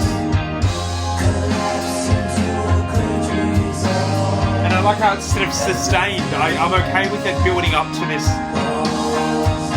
peak later, because it's like not including a token soft beginning, it's just making it a fully fledged song.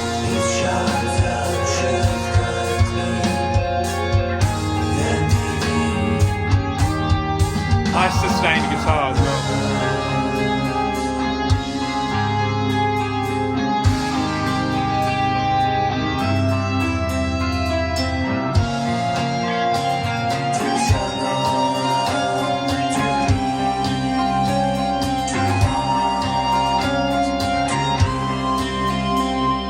confidence. We're building something.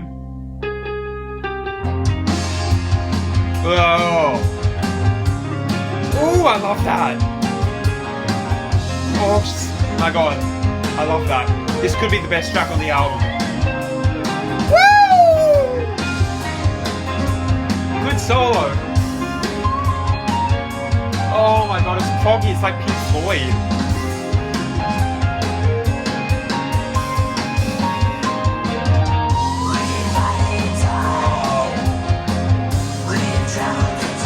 And the drumming's really delicate and subtle.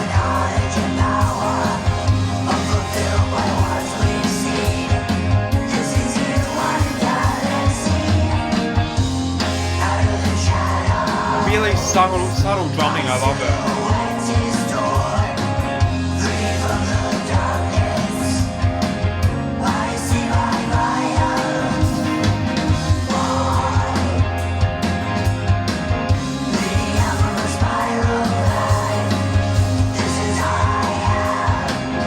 The vocals they didn't really need the crowd vocals there, but whatever. Oh, it's okay. Good build. Subtle build.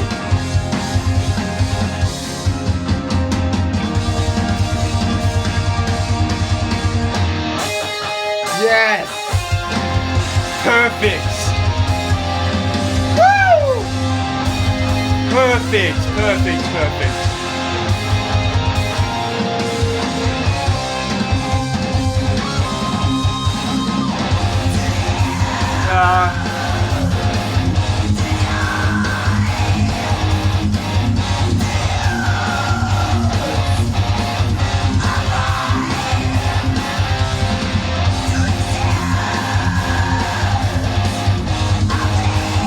Oh, perfect build, it just, yeah.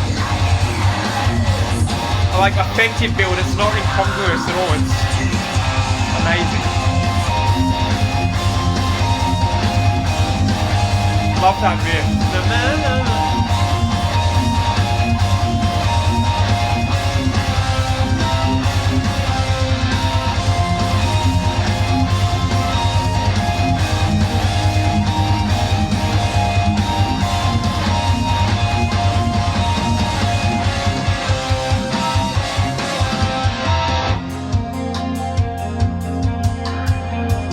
Oh, good riff. This is what you guys promised me. You guys promised me this. This is exactly what I had in my head, and you've given it to me. Thank you so much. That riff.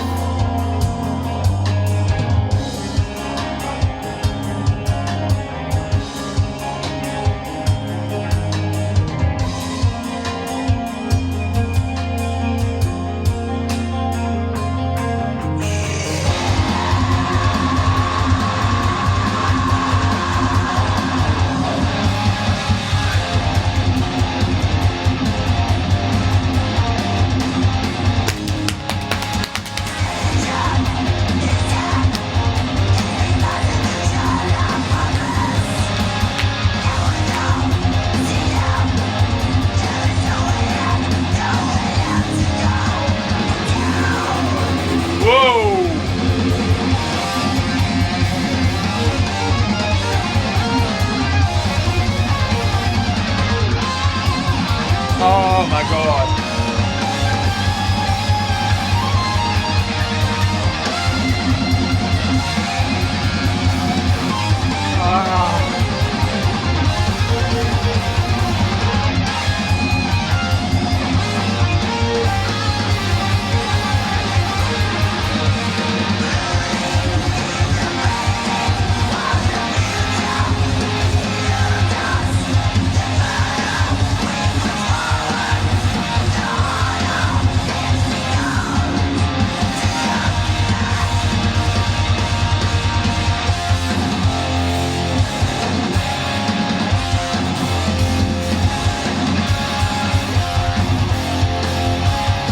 Or even that, the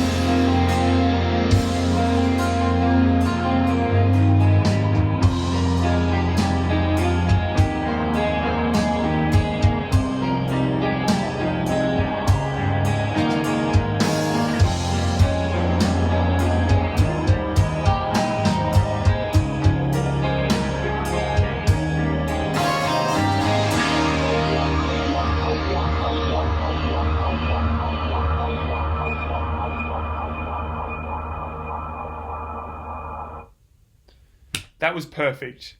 That was literally the perfect VEKTOR song. That is exactly what I wanted from this album, exactly what I was hoping for from this album, exactly what people promised me was going to be on this album.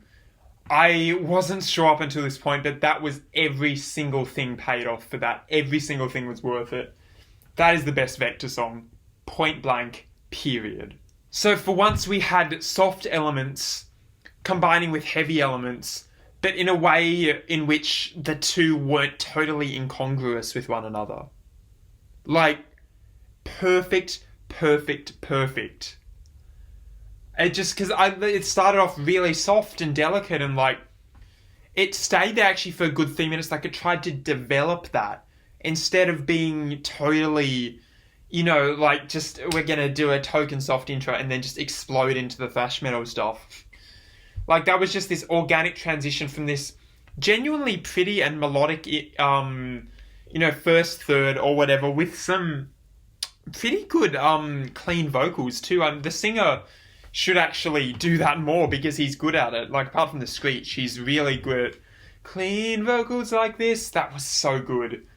And then, you know, the track didn't just explode. It slowly built up into the thrash that this band is so good at, that is like their wheelhouse. And, you know, the build was just so slow. It wasn't like whiplash. It didn't like throw you completely off and put you off kilter. It was just, it felt like a natural conclusion to what came before. And then it just went back into, in the second half, this clean like arpeggio riff. Oh, that was an amazing riff too. Then it got heavy again. Then it went back to that arpeggio riff and then was out. Beautiful. That was exactly what I want from this band. Easily the best VEKTOR track. Honestly, easily the best VEKTOR track. It was considered, beautiful, delicate, and I don't know, maybe at the end of the day that just shows me that thrash metal is just not a genre for me, because I liked that worlds better than any like pure thrash metal song on this album. Or any pure thrash metal song I've ever heard, to be honest, really. Wow. Oh my god. Wow. Literally my one criticism, is that shouldn't have been track 9, that should have been about like track 6. That should have broken up a lot of the quite homogenous bangers that sort of made up tracks 3 to 8. I honestly think if it was in a different point of the album, this album would be like a much better album than it is. Even though it's a really decent album, it could have been so much better if that was earlier to sort of break it up a bit.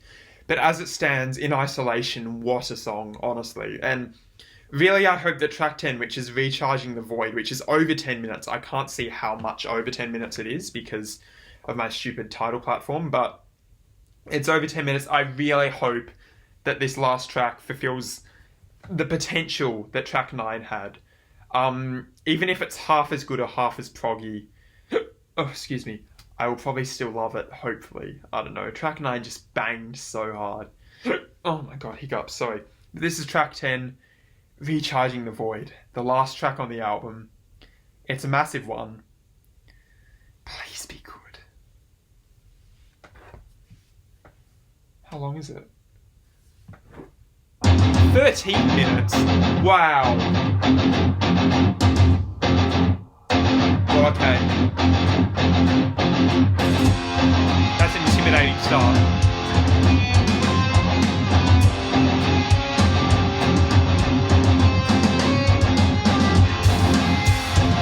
Ah, like a disco beat.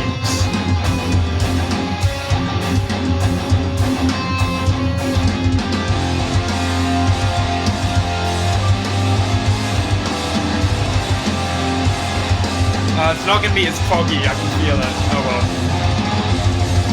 Decent start nonetheless. Wow, that's fast.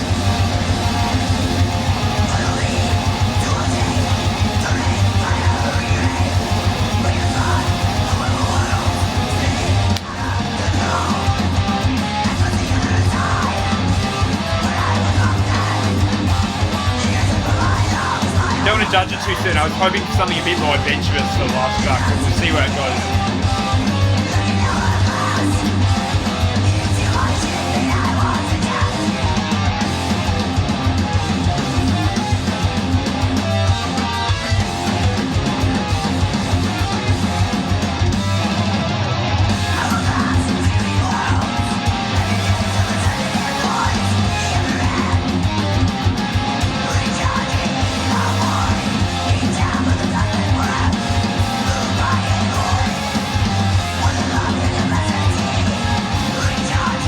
that void!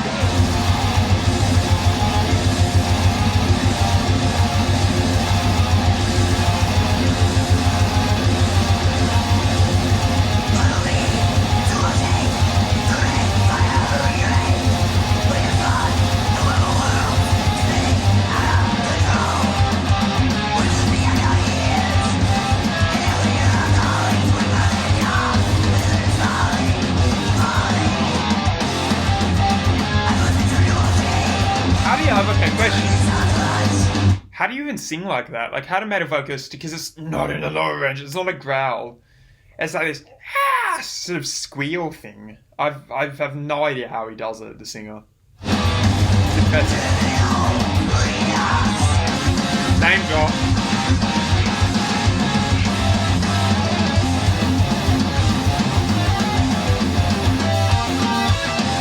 I hope the full track isn't like this because it's going to be so tired. Maybe track 9 should have been the closer.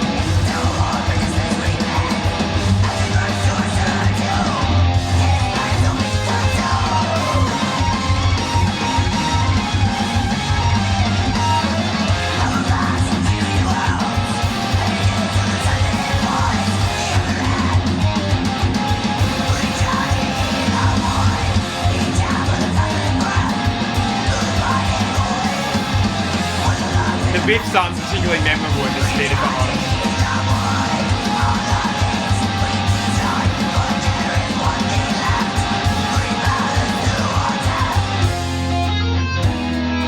Okay.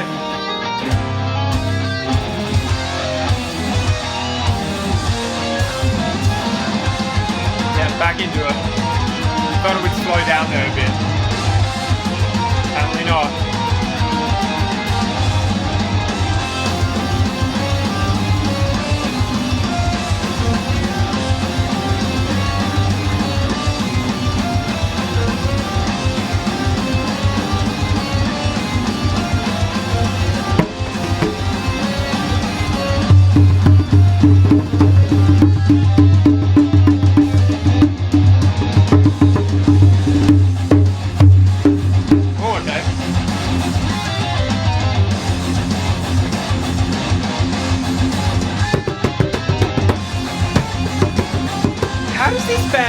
Okay, my question is, do they use like sheet music or something to arrange this stuff? Because how do they remember all the changes? Like, I'm guessing they must compose this shit like on using sheet music. That's my only guess, because this is just crazy. Like, I would not remember any of these changes, but I guess they're freaks. They're really good.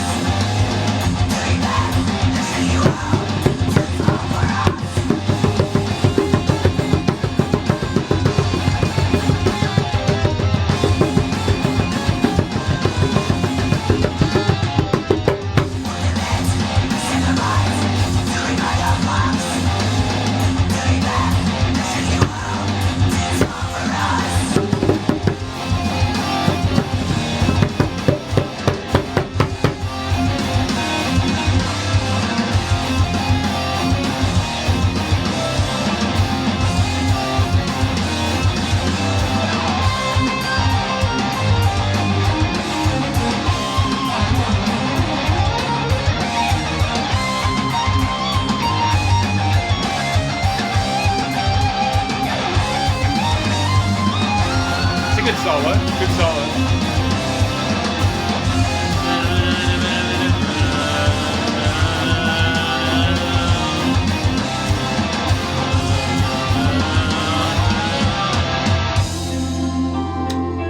Better. This is what I was hoping for. Oh shit, choir. Choir. Let me sit back for this one. Wow, huge stylistic shifts. Not as effective as Collapse was, because that wasn't an organic change like Collapse was. Collapse just mutated slowly. Is that female vocals? I think it is. Oh dear. Okay, blast beat, hit me. Oh!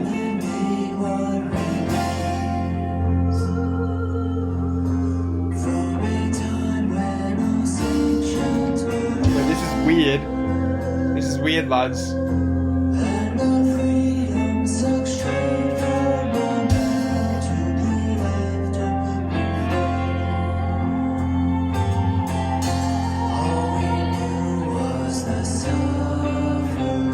Oh, good melody. Very melodic. That's like a... Sounds like a Sufjan Stevens melody. What is this shit? This could be as they're having going through a Sufjan Stevens phase, I can see. That's weird, but cool. Almost like a medieval sort of lilt to this bit.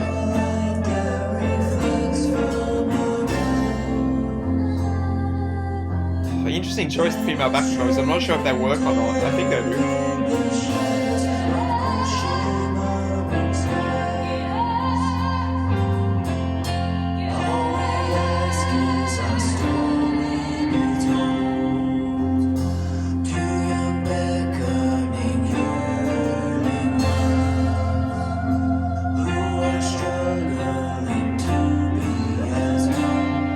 This is so weird, bros. This is so weird.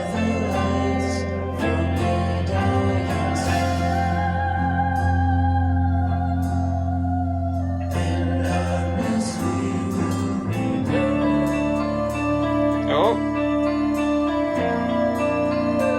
1, 2, 3, 4, 5, 6, going into a 6/8.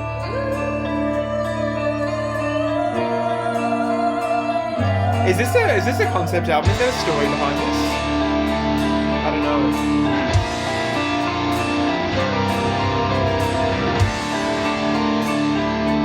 We're gonna build back up, but that was a neat little thing there to go into. I didn't know. Oh, hey. I didn't think we'd build up this soon, but there you go.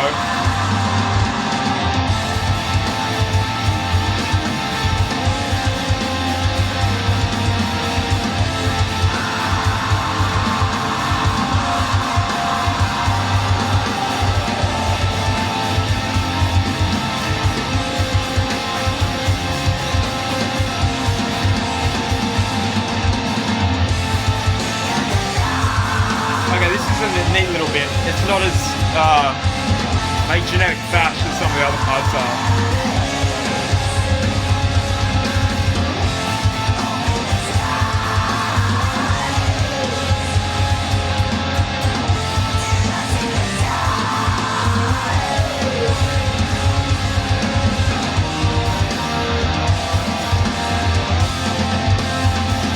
This feels like triumphant, like going through the gates of Valhalla.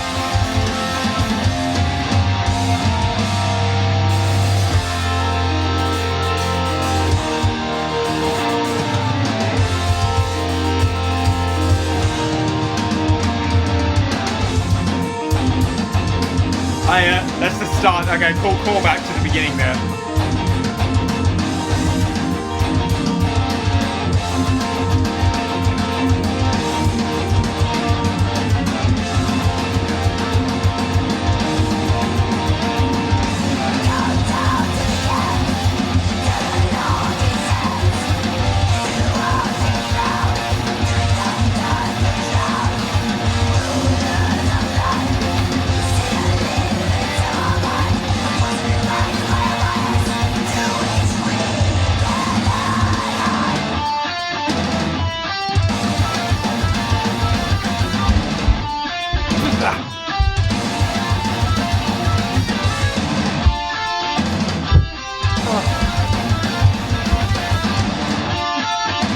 This bit.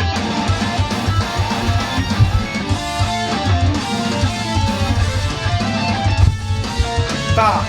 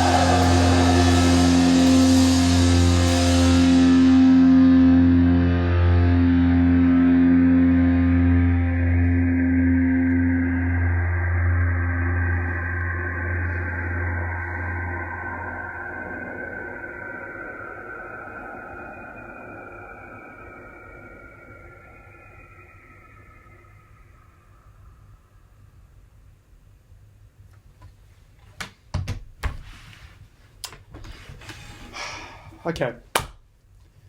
So, my conclusions about VEKTOR and my conclusions about Terminal Redux as a whole. First conclusion. This album is a lot better than Outer Isolation. It is a lot better than Outer Isolation. A lot. The riffs, for the most part, are better. The drumming is better. The transitions are better. The tracks are more cohesive. The vocals are better. Literally, or just about, even the production's better. Every single thing that could be better is better about this album compared to Outer Isolation, and it is not even close. Second thing, I'm starting to think that thrash metal might not be the genre for me, especially technical thrash metal. The reason I say that is because, like, a lot of times, especially on that, my favourite moments were the quieter bits. Which leads me into the third conclusion. Collapse is one of the best songs, certainly one of the best metal songs, and genuinely a contender for objectively one of the best songs ever.